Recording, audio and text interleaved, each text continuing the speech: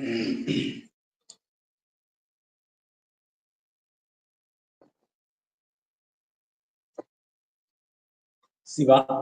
திருச்சிற்றம்பலம்.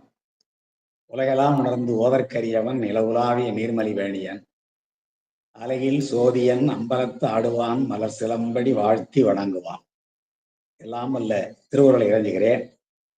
திருக்கைலாய பரம்பரை திருவாவடுதுறை ஆதீனம் ஸ்ரீ 24வது குருமகா சன்னிதானம் அவர்களின் பொன்னார் திருவடி கமலங்களை மனமொழிமைகளால் திசை நோக்கி போற்றி படைந்து வணங்குகிறேன். நாள்தோறும் சொல்லிய பாட்டின் பொருள் உணர்ந்து சொல்லுவதற்கு ஏற்ப ஒரு நல்ல களத்தை அமைத்து கொடுத்திருக்கிற சிவத்திருமதி சாந்தா அம்மையார் அவர்களை வணங்கி மகிழ்கிறேன். நிகழ்ச்சியை மிக அருமையாக திருக்கடவுர் மயானத்தில் ஞானசம்பந்த பெருமானும் நம்பியார் உணரும் பாடிய 2 பதிகங்களையும் தொடர்ச்சியாக பஞ்சபுராணமும் பாடி தொடர்ந்து வைத்திருக்கிற சிவத்திருமதி மங்கையர்க்கரசி அம்மையார் அவர்களுடைய திருவடிகளை பணிந்து வணங்கிக் கொள்கிறேன். நாள்தோறும் இந்த சொல்லிய பாட்டின் பொருள் உணர்ந்து சொல்லுகிற அறிஞர் மக்கள் அத்தனை பேருடைய திருவடிகளையும் பணிந்து வணங்குகிறேன். எங்களுடைய அன்பிற்குரிய திருப்பணிச்சம்மல் எல்லா வகையிலும் சைவம் மேன்மை சைவ நீதி உலகமெல்லாம் விளங்க வேண்டும் என்ற அந்த உயர்ந்த கோட்பாட்டில் பல அற்புத நிகழ்வுகளை ஐயாவும் நிகழ்த்தி கொண்டிருக்கிறார்கள். அவர்களுக்கு என்னுடைய பணிவார்ந்த நன்றி கலந்த வணக்கத்தை தெரிவித்துக் கொள்கிறேன். இந்த நிகழ்ச்சியில் பங்கு பற்றி இருக்கிற அருமை பெரியோர்கள், சிவனடியார்கள் அனைவருடைய திருவடிகளையும் பணிந்து வணங்கி, இன்று எனக்கு வழங்கப்பட்டிருக்கிற தலைப்பாகிய சீகாழி திருத்தலத்தின் அமைந்த காந்தார பணியில் அமைந்த 2ஆம் திருமுறையில் 59வது பதிகமாக அமைந்திருக்கிற ஒரு அருமையான பதிகத்தை இன்று நாம் சிந்திக்க இருக்கிறோம். அன்பர்களே, சீர்காழிக்கு 12 திருப்பெயர்கள் உண்டென்பதும் அந்த திருப்பெயர்களெல்லாம் மந்திர ஆற்றல் உடையவை என்பதும் நாம் அறிந்ததுதான்.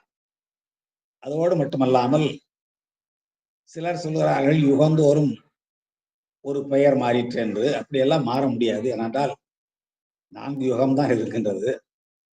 ஆனால் இந்த சீர்காழிக்குள்ளே 12 தலங்கள் இருக்கின்றனவா, புறத்தே இருக்கின்றன என்ற ஆய்வுகள் எல்லாம் நடந்து கொண்டிருக்கின்றன. அது நடந்து கொண்டிருக்கட்டும். ஆனால் சீர்காழி என்னும் திருத்தலத்திற்கு 12 திருப்பெயர்கள் உண்டு என்பதும் அந்த 12 திருப்பெயர்களும் மந்திர ஆற்றல் மிக்கவை என்பதும் அந்த திருப்பெயர்களை திரும்ப திரும்ப சொல்லுவதே நாம் மந்திரங்களை சொல்லுவது போன்றது என்பதும் உணர்ந்து கொள்ள வேண்டியது. ஏனென்றால் மூர்த்தி தலம் தீர்த்தம் முறையாய் தொடங்கினர்கோர் வார்த்தை சோழ சற்குருவும் வாய்க்கும் பராபரமே என்பார் தாய்மானார். மூர்த்தியை புகழ்வது போல தலத்தையும் புகழ்வது, தலத்தின் பெயரை திரும்ப திரும்ப சொல்லுவது, தீர்த்தம் ஆடுவது, தீர்த்தத்தின் திருநாமங்களை சொல்லுவது, தீர்த்தமாகவே வழங்குகிற பெருமானை புகழ்வதற்கு இணையாகும் அல்லவா? எனவே இந்த மூர்த்தி தலம் தீர்த்தம் இந்த 3ஐயும் முறையாய் தொடங்கினருக்கு ஓர் வார்த்தை சோழ சற்குரு தானாகவே வந்து வாய்ப்பார் என்பார் தாய்மான சுவாமிகள்.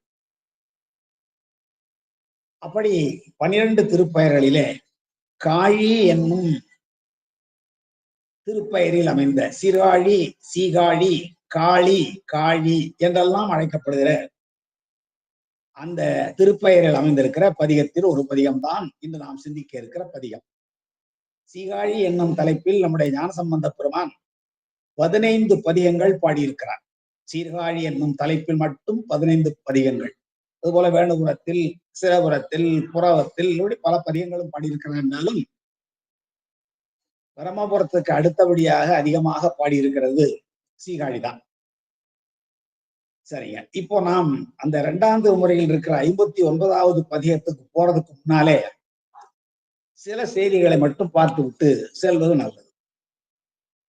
சீகாழிக்கு ஏன் 12 திருப்பெயர்களுக்கும் 12 காரணங்கள் இருக்கின்றன. நம்முடைய அன்பர்கள் எல்லாம் அருமையாக விளக்கி கொண்டிருக்கிறார்கள்.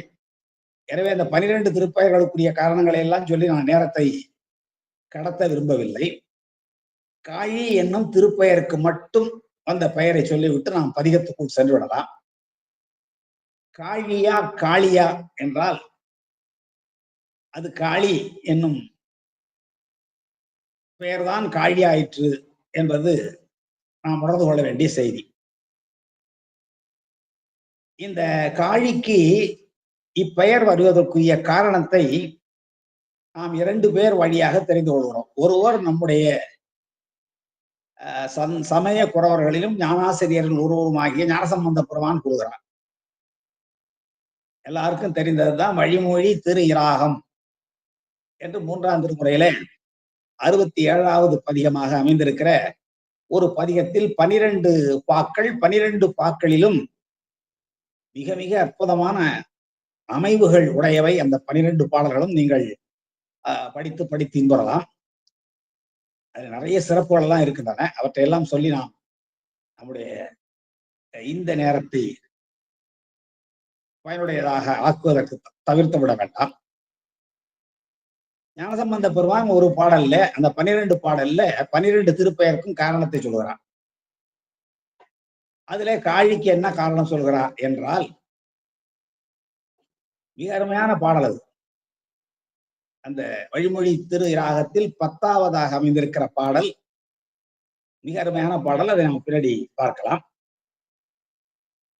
அந்த ஏன் காழின்னு பேர் வந்தது என்றால், யானையை ஒத்த அமணர்களும், பாழியில் தங்குகிற யானையை ஒத்த அமணர்களும் தங்களுடைய உடலை மட்டுமே பேணி பாதுகாப்பவர்களாகிய பௌத்தர்களும் பெருமானை உணரவில்லை. 7 சுரங்களை உடைய யாழ்போல் பேசுகின்ற பெண்ணாகிய அம்பிகையோடு எழுந்தருளிருக்கிற பெருமானை உணரவில்லை. அந்த பெருமான் தங்குகிற இடம் எது என்று ஞானசம்பந்த பெருமான் ஒரு வினாவை வினாவி விடை சொல்லுகிறார். அமணர்களும் பௌத்தர்களும் உணராத பெருமான் தங்கும் இடம் எது என்றால், நாம் வாழ்கின்ற இந்த கீழ் உலகில் வாழ்கிற அரசர்களும் விண்ணுலகிய அல்லது மேலுலகத்தில் வாழ்கின்ற இந்திரன் முதலானவர்களும் துன்பப்படுமாறு காளி தேவி துன்புறுத்தி கொண்டிருந்தாள். அந்த தேவர்களும் மானிடர்களும் பெருமானிடம் வைத்த வேண்டுகோளின்படியாக காளியோடு பெருமான் ஒரு நடனம் ஆடுகிறார். அந்த நடனத்தில் காளி தோற்று போகிறாள். தோற்று போனதற்கு பிறகு தன்னுடைய குற்றத்தை உணர்ந்த அந்த காளி தேவி தன்னுடைய குற்றம் நீங்கும்படி பெருமானிடம் வந்து போற்றிய திருத்தலம்தான் இந்த காழி என்னும் சீர்காழி. அதை எப்படி பாடுகிறார் நம்முடைய ஞானசம்பந்த பெருமான்? காழிங்கிறதுல 2வது எழுத்து ழகரம், ழகர இகரம். அந்த ழகர இகரம் வருமாறு அந்த பாடல் முழுவதும் பாடியிருப்பார். வாழி உரை வேள நிகர் பாழமணர் சூழுமுடல் ஆடர் உணரா ஏழின் இசை யாழின் மொழி ஏழை அவள் வாழும் இறை தாழும் இடமாம் கீழிசைகொள் மேலுலகில் வாழரசு சூழரசு வாழ அரணுக்கு ஆழிய சில் காழிசைய ஏழுலகில் ஊழி வளர் காழி நகரே என்று கடைசி 2 அடியில தெளிவுல கீழ் உலகில் மேல் உலகில் வாழரசு, கீழ் உலகத்தில் வாழ்கிற அரசர்களும் மேலுலகத்தில் வாழ்கிற இந்திராதி தேவர்களும் ஆகியவர்களெல்லாம் வாழ்வதற்கு வாய்ப்பாக, துன்பமின்றி வாழ்வதற்கு வாய்ப்பாக பெருமான் துணை செய்தார் அல்லவா? காளியோடு நடனமாடி வெற்றி பெற்றார் அல்லவா? காளியினுடைய கோபத்தை அடக்கினார் அல்லவா? அப்பொழுது அந்த காளியம் அம்மை என்ன செய்கிறாள்? பெருமானை அங்கே சிருஷ்டித்து ஸ்தாபித்து வழிபாடு செய்து தன்னுடைய பாவத்தை போக்கிக் கொள்வதனாலே அதுக்கு காழி என்னும் பெயர் வந்தது என்று ஞானசம்பந்த பெருமான் வழிமொழி திருராகத்திலே பாடுகிறார். அந்த பதிகத்தை தனித்து படித்துக் கொள்ளுங்கள். மிக அற்புதமான பதிகம். அடுத்து சீர்காழியினுடைய தலபுராணம் பாடிய அருணாசல கவிராயர் என்ற ஒருவர், சீர்காழி அருணாசல கவிராயர் என்ற ஒருவர் சீர்காழிக்கு தலபுராணம் பாடியிருக்கிறார். மிக அருமையான தலபுராணம். அவருடைய தர்மயாதீனத்திலே ஞானம் பெற்றவர். தர்மயாதீன குரு முதல்வரிடமும் கட்டளை சுவாமிகளிடமும் நெருங்கி பழகி தமிழ் இலக்கண இலக்கியங்களை எல்லாம் நன்றாக கற்றவர் அருணாசல கவிராயர். அவர் பாடுகிற பாடல்லையும் என்ன சொல்றாரு? தில்லையில் சிவபெருமானோடு வாதாடிய ஸ்ரீ காளிதேவி நான் உடனடியில் சொல்கிறேன், பாட்டு இல்ல. தில்லையில சிவபெருமானோடு வாதாடிய ஸ்ரீ காளிதேவி தான் செய்த குற்றம் நீங்க இத்தலத்தை சார்ந்து, இந்த சீகாழியை சார்ந்து லிங்கம் ஒன்றை தாவித்து பூசை இயற்றி நற்கதி அடைந்தமையால் காளிபுரம் என்னும் பெயர் வந்தது என்று ஒரு காரணத்தை சொல்லிவிட்டு இன்னொரு காரணம் சொல்கிறார். சீர்காழி அருணாசல கவிராயர் சீர்காழிக்கு ஸ்ரீ காளிபுரம், காளிபுரம், காழி என்றெல்லாம் பெயர் வந்ததற்கான காரணத்தை சொல்கிற பொழுது இரண்டாவது ஒரு காரணம் சொல்கிறார். கண்ணன் கிருஷ்ண பரமாத்மா காளிதன் என்னும் பாம்பின் வலியை அழிக்க, எல்லாம் தெரியும், இந்த காளிங்க நர்த்தனம்னு பாம்பினுடைய தலைமையில கிருஷ்ண பரமாத்மா ஆடுறது தான் நம்ம எல்லாம் பார்த்திருப்போம். அப்படி காளிதன் என்னும் அந்த பாம்பினுடைய வலியை அழிக்க அந்த பாம்பு கண்ணனை வணங்கி தான் செய்த குற்றத்தை பொறுத்து நற்கதி அடையும் வழியை அருள வேண்டும் என்று பணிந்து கேட்ட பொழுது, அப்பொழுது கிருஷ்ண பரமாத்மா, காளிதனே, நீ இந்த தலத்தை அடைந்து பிரம்மபுரீஸ்வரை வணங்கி அருள் பெற்று போவாயாக என்று சொல்றார். அப்போ அதனாலே காளிங்கன் இங்கே வந்து அருள் பெற்றதனாலே காளிபுரம், காளி, காழி என்று பெயர் வந்தது என்று சீர்காழி அருணாசல கவிராயர் இந்த காரணத்தை குறிப்பிடுகிறார். எனவே இது சீர்காழியினுடைய திருப்பெயருக்குரிய காரணங்கள். அடுத்து இப்பொழுது நாம் இந்த பதிகத்துக்குள் போக வேண்டும். அதற்கு முன்னாலே ஒரு சில குறிப்புகளை மார்த்து விட்டு பதிகத்துக்குள் செல்லலாம். பதிகம் எளிமையான பதிகம், எல்லாருக்கும் படித்தால் புரியக்கூடிய மிக அற்புதமான பதிகம். இந்த சீர்காழிக்கு நிறைய சிறப்புகள் உண்டுங்க. நாம் சில சிறப்புகள் தான் பார்க்கிறோம். பெருமான் 3 நிலையில, அதாவது குரு, லிங்க, சங்கம 3 நிலையிலும் பெருமான் இருக்கிறார். பெரிய நாயகியோடு தோணியப்பராக விளங்குகிற குரு, கீழே திருநிலை நாயகியோடு பிரம்மபுரீஸ்வரராகிய லிங்கம், மேலே சட்டநாத பெருமான் சங்கம் ஆக 3 நிலையிலே பெருமான் அங்கே விளங்குகிறார். ஒன்று, அந்த திருத்தலத்துக்கு நான் முன்பே சொன்னது போல 12 திருப்பெயர்கள் உண்டு. நிறைய திருப்பெயர்கள் பல தலங்களுக்கு இருந்தாலும் கூட சீர்காழிக்கு இருக்கிற 12 திருப்பெயர்களுடைய வலிமை வேறு. அப்புறம் ஒவ்வொரு ஊருக்கும் மயிலாடுதுறை எடுத்துட்டா இது நிறைய பேர் இருக்குன்னு சொல்லுவோம். ஆனால் மயிலாடுதுறை மட்டும்தான் சொல்லுவோம். மற்றபடி சிகண்டிபுரமும் அதுவற்றையெல்லாம் அருணகிரிநாதர் பாடிய அந்த திருப்புகழை தவிர வேற எங்கேயும் குறிப்பு இல்லை. ஆனால் அந்த 12 திருப்பெயர்களை வைத்தும் ஞானசம்பந்த பெருமானும் மற்றவர்களும் பாடியிருக்கிறாங்க இல்லைங்களா? அதனால இந்த 12 திருப்பெயர்களும் மிகச் சிறப்பு வாய்ந்தவை, மந்திர ஆற்றலுடையவை. அந்த ஞானசம்பந்தருடைய புராணத்தில் தெய்வ சேக்கடார் 14வது பாடலில் அந்த 12 பெயர்களையும் தொகுத்து வழங்கி இருக்கிறார். அந்த பாடலை நாம் படித்து மனப்பாடம் செய்து கொள்வோமானால் அது மந்திர ஆற்றல் மிக்கவை. நம்ம எப்படி குரு உபதேசத்தின் வாயிலாக பெற்ற மந்திரத்தை, பஞ்சாக்கரத்தை முன்னொட்டு பின்னொட்டோடு சேர்ந்து ஜபிக்கிறோமோ அதை போல ஆற்றல் மிக்கது. நாவுக்கரசர், ஞானசம்பந்தர், நாவுக்கரசர், மணிவாசகர், நம்பியாரூரர் என்ற ஆச்சாரிய பஞ்சாட்சரம் எப்படி ஆற்றல் மிக்கதோ அதை போலவே இந்த 12 திருப்பெயர்களும் ஆற்றல் மிக்கவை. பிரமபுரம், வேணுபுரம், புகலி, பெருவெங்கூர் நீர், பொருவில் திரு தோணிபுரம், பூந்தராய், சிறபுரம், முன் வருபுறவும், சண்பை நகர், வளர்காழி, கொச்சை வயம், பரவு திரு கல்மலமாம் 12 திருப்பெயர்த்தால் என்று நம்முடைய தெய்வ சேக்கடார் ஞானசம்பந்தர் புராணத்திலே பாடியிருக்கிற 14வது பாடலை அன்பர்கள் மனம் கொள்வார்களாக. இந்த திருத்தலம், இந்த 12 திருப்பெயர்களுடைய திருத்தலம் திருஞான சம்பந்த பெருமான் திரு அவதாரம் செய்த தலம். பெருமான் ஆணையிட உமை அம்மை தன்னுடைய திருமுலைப்பாலில் சிவஞான திளமுகத்தை கொழைத்து ஊட்டிய திருத்தலம். திருநாவுக்கரசரும் திருஞான சம்பந்தரும் முதன்முறையாக 3 முறை அவர் சந்தித்துக் கொண்டிருக்கிறார்கள். அதிலே முதன்முறையாக இருவரும் சந்தித்துக் கொண்ட இடம். சுந்தரர் இங்கே வருகிற பொழுது ஞானசம்பந்த பெருமான் அவதரித்த தலம் என்பதற்காகவே அந்த தலத்தை மிதிக்காமல் சுற்றி சென்ற சிறப்புடைய தலம்.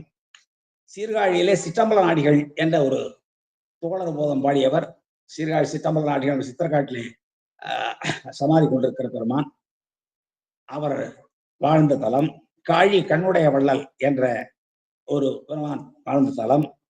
ஆதி மும்மூர்த்திகளில் ஒருவராகிய சீர்காழி முத்துத்தாண்டவர் அவதரித்த தலம்.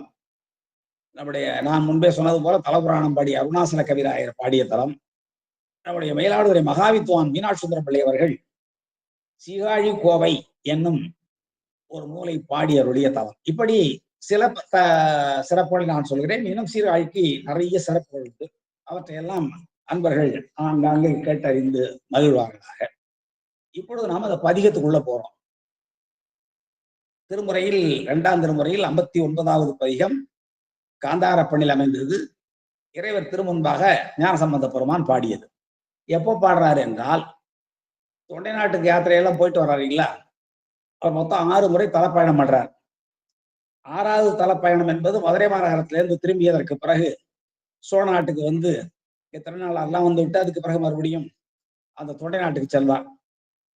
அங்கே போய் தான் அந்த திருவொற்றியூருக்கு போயிட்டு திருமயிலாப்பூருக்கு வந்து பூம்பாவைக்கு உயிர் பெய்த்து அதன் பின்னாடி திருவான்மியூர் வந்து திருக்கழுக்குன்றம், திரு அச்சிறுப்பாக்கம், திரு இடைச்சுரம், திரு அரிசிலி, திருவக்கரை என்ற தலங்களை எல்லாம் வழிபாடு செய்து கொண்டு தில்லைக்கு வருவார். தில்லைக்கு வருகிற பொழுது தில்லைக்கு ஞானசம்பந்த பெருமான் வருகிறார் என்பதை அறிந்தவுடனே சிவபாத இருதயரும் மற்றவர்களும் சென்று தில்லைபாழனரோடு சேர்ந்து வரவேற்று திருக்கோயில் வழிபாடெல்லாம் செய்துவிட்டு மீண்டும் தில்லையை நோக்கி சீர்காழி நோக்கி வருவார்கள். அவ்வாறு சீர்காழி நோக்கி வருகிற பொழுது பெரிய புராணத்தில் நம்முடைய தேவ சக்கரா சொல்லுவார், பல்பதிகள் கடந்தருளி 12 பேர் படைத்த பல்பதிகள் கடந்தருளி 12 பேர் படைத்த தொல்லை வள பூந்தராய் தூரத்தே தோன்றுதலும். பூந்தராய்னு ஒரு பேர். தூரத்தே இந்த சிதம்பரத்திலேருந்து வரும்பொழுது அவங்களுக்கு தூரத்துல இந்த சீர்காழி தோன்றுகிறது. தோன்றிய உடனே மல்கு திரு மணிமுத்தின் சிவையை இழிந்து அவர் முத்துச்சிவியில வரும், அதுல முத்து பல்லக்கலை அதுல இருந்து கீழே இறங்கி இழிந்து இறங்கி வணங்கி எதிர்வணங்கி அந்த திசை நோக்கி வணங்கி செல்வமிகு பதியதன் மேல் திருப்பதிகம் அருள் செய்வார் என்று அப்போ தொடங்குகிற பதிகங்கள் பல பதிகங்கள். வேணுபுரங்கிற தலைப்புல, புகழிங்கிற தலைப்புல, வெங்கூருங்கிற தலைப்புல, இப்படி சீர்காழியினுடைய 12 திருப்பதிகள் தலைப்புல நிறைய பதிகங்கள் பாடிக்கொண்டே வருகிறார். அதை சொல்கிற சேக்கரார் சொல்லுவார், பரவு திருப்பதிகங்கள் பலவும் இசையினில் பாடி, பரவு திருப்பதிகங்கள் பலவும் இசையினில் பாடி, விரவிய கண் அருவி நீர் வெள்ளத்தில் குளித்தருளி, பாடுகிற பொழுது ஆனந்த கண்ணீர் அப்படியே உடம்பெல்லாம் நினைக்குது. அப்படி குளித்தருளி அரவணிந்தார் அருள் பெருக புறம்பெய்தி அன்பருடன் சிவபுரத்து பெருந்தகையார் தம் திருமாளிகையை சேர்ந்தார் என்று கடைசியில அவருடைய இல்லத்துக்கு போற சொன்னாரு. அப்போ பாடிய பதிகத்துல ஒரு பதிகம் தான் இன்று நாம் சிந்திக்க இருக்கிற பதிகம். நண்பர்களே, இதுக்கு பிறகுதான் என்ன பண்றாங்க, சீர்காழி எல்லாம் சேர்ந்து அவருக்கு திருமணம் செய்து வைக்க முயற்சி பண்றார்கள். அது அடுத்த நிறைவு பகுதி. அப்போ இந்த வடபுல பயணத்தை, தொண்டை நாட்டு பயணத்தை முடித்துக் கொண்டு சீர்காழிக்கு வந்த ஞானசம்பந்த பெருமான் திருக்கோயில் வழிபாடை முடித்துக் கொண்டு தன்னுடைய திருமாளிகைக்கு வந்து நாள்தோறும் அங்கே சென்று வழிபாடு செய்கிற பொழுதெல்லாம் பாடியவருடைய பதியங்கள் பல. அவற்றுள் ஒன்றுதான் இந்த சீர்காழி என்னும் தலைப்பில் அமைந்த இந்த பதிகம். சீர்காழி என்னும் தலைப்பில் மட்டும் 15 பதிகங்கள் பாடியிருக்கிறார். சரி, இப்பொழுது நாம பதிகத்துக்குள் செல்லலாம். மிக அருமையானவும் எளிமையான பதிகம். ஒன்றும் பெரிய கடினமான பதிகம் இல்லை, எளிமையான பதிகம். ஆனால் ரொம்ப சிலவற்றுக்கு எடுத்துக்காட்டுகளாக ஞானசம்பந்தருடைய பெருமான் பாடலை அமைந்திருக்கிறது. இப்போ ஒரு இலக்கணத்தை, ஒரு புணர்ச்சி விதியை சொல்லணும்னு வச்சுங்களேன், அந்த புணர்ச்சி விதியை எப்படி சொல்லணும், எப்படி செய்யணும் என்பதை சூத்திரத்திலேயே அந்த சொல்ல வச்சு காட்டிடுவாங்க. உதாரணம் சொல்றேன், உயிர் வரின் குரல் மெய்விட்டு ஓடும் அப்படின்னு ஒரு சூத்திரம் இருக்குன்னு வச்சுங்களேன். குட்டியல் வரத்துக்கு முன்னாலே நிலைமொழி ஈட்டுல குட்டியல் வர இருக்க வறுமொழி முதல்ல உயிரெழுத்து வந்தால் நிலைமொழி ஈற்றெழுத்து கெட்டு போய் வறுமொழி முதலெழுத்தோட சேரும். அப்ப உடல் மேல் உயிர் வந்து ஒன்றுவது இயல்புங்கிற விதிப்படி சேரும். இப்ப இது சூத்திரமா சொல்றார், உடல் மேல் உயிர் வந்து ஒன்றுவது இயல்பே. அதுக்கு முன்னாடி உயிர் வரின் குரல் மெய்விட்டு ஓடும். இப்போ அந்த மெய்விட்டு ஓடுங்கிற சொல்ல பிரிச்சிங்கனாலே விட்டு கூட்டல் ஓடும் ரெண்டு சேர்ந்தா விட்டு ஓடும்னு ஆகும். அந்த சூத்திரத்துல என்ன விளக்கம் இருக்கிறதோ அது அந்த சொல்லிலேயே காட்டுவார். அது நம்முடைய பழைய இலக்கண ஆசிரியர்களுடைய முறை. அதை போல ஞானசம்பந்த பெருமான் தான் சொல்லுகிற செய்திகளுக்கு மேற்கோள் பலவற்றை தன்னுடைய இந்த பதிகத்திலேயே காட்டி விடுகிறார். எப்படி காட்டுகிறார் என்பதை நாம் பதிகத்தை பார்க்கலாம். சரிங்க அன்பர்கள், 2வது திருமுறையில் 59வது பதிகத்தை எடுத்து அழுமாறு வேண்டிக் கொள்கிறேன். காந்தார பண்ணில் அமைந்த பதியம் என்னாலே பாடத் தெரியாது. பாடுபவர்கள் நன்றாக நம்முடைய மங்கையர்கரசி அம்மையார் கொண்டவர்கள் மிக அருமையாக பாடினார்கள். நீங்க பாருங்க பதிகம். நலங்கொள் முத்தும் மணியும் அணியும் திரளோதம் கலங்கள் தன்னில் கொண்டு கரைசேர் கலிக்காழி வலங்கொள் மழுவொன்றுடையாய் விடையாய் என ஏத்தி அலங்கல் சூட்ட வல்லார்க்கு அடையா அருநோயே. இது முதற்பாடல். என்ன பொருள்? பெருமானுக்கு மாலை சூட்டி போற்றி பாட வல்லவர்களை எந்த நோயும் அடையாது. எந்த நோய்னா எந்த நோய்? தீர்த்தற்கு அருமையானது என்று நாம் கருதுகிற பிறவி நோயும் வந்து சேராது. ஈற்றடியில் சொல்லப்பட்டிருக்கிற செய்தி பாருங்க.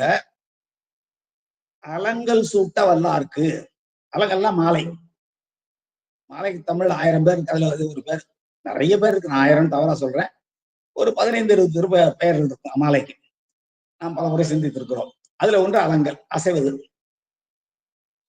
பெருமானுக்கு மாலை சூட்டுகிற, பெருமானை ஏத்தி மாலை சூட்ட வல்லவர்களுக்கு, அதாவது பூவோடு நீர் சுமந்து வழிபாடு செய்வது.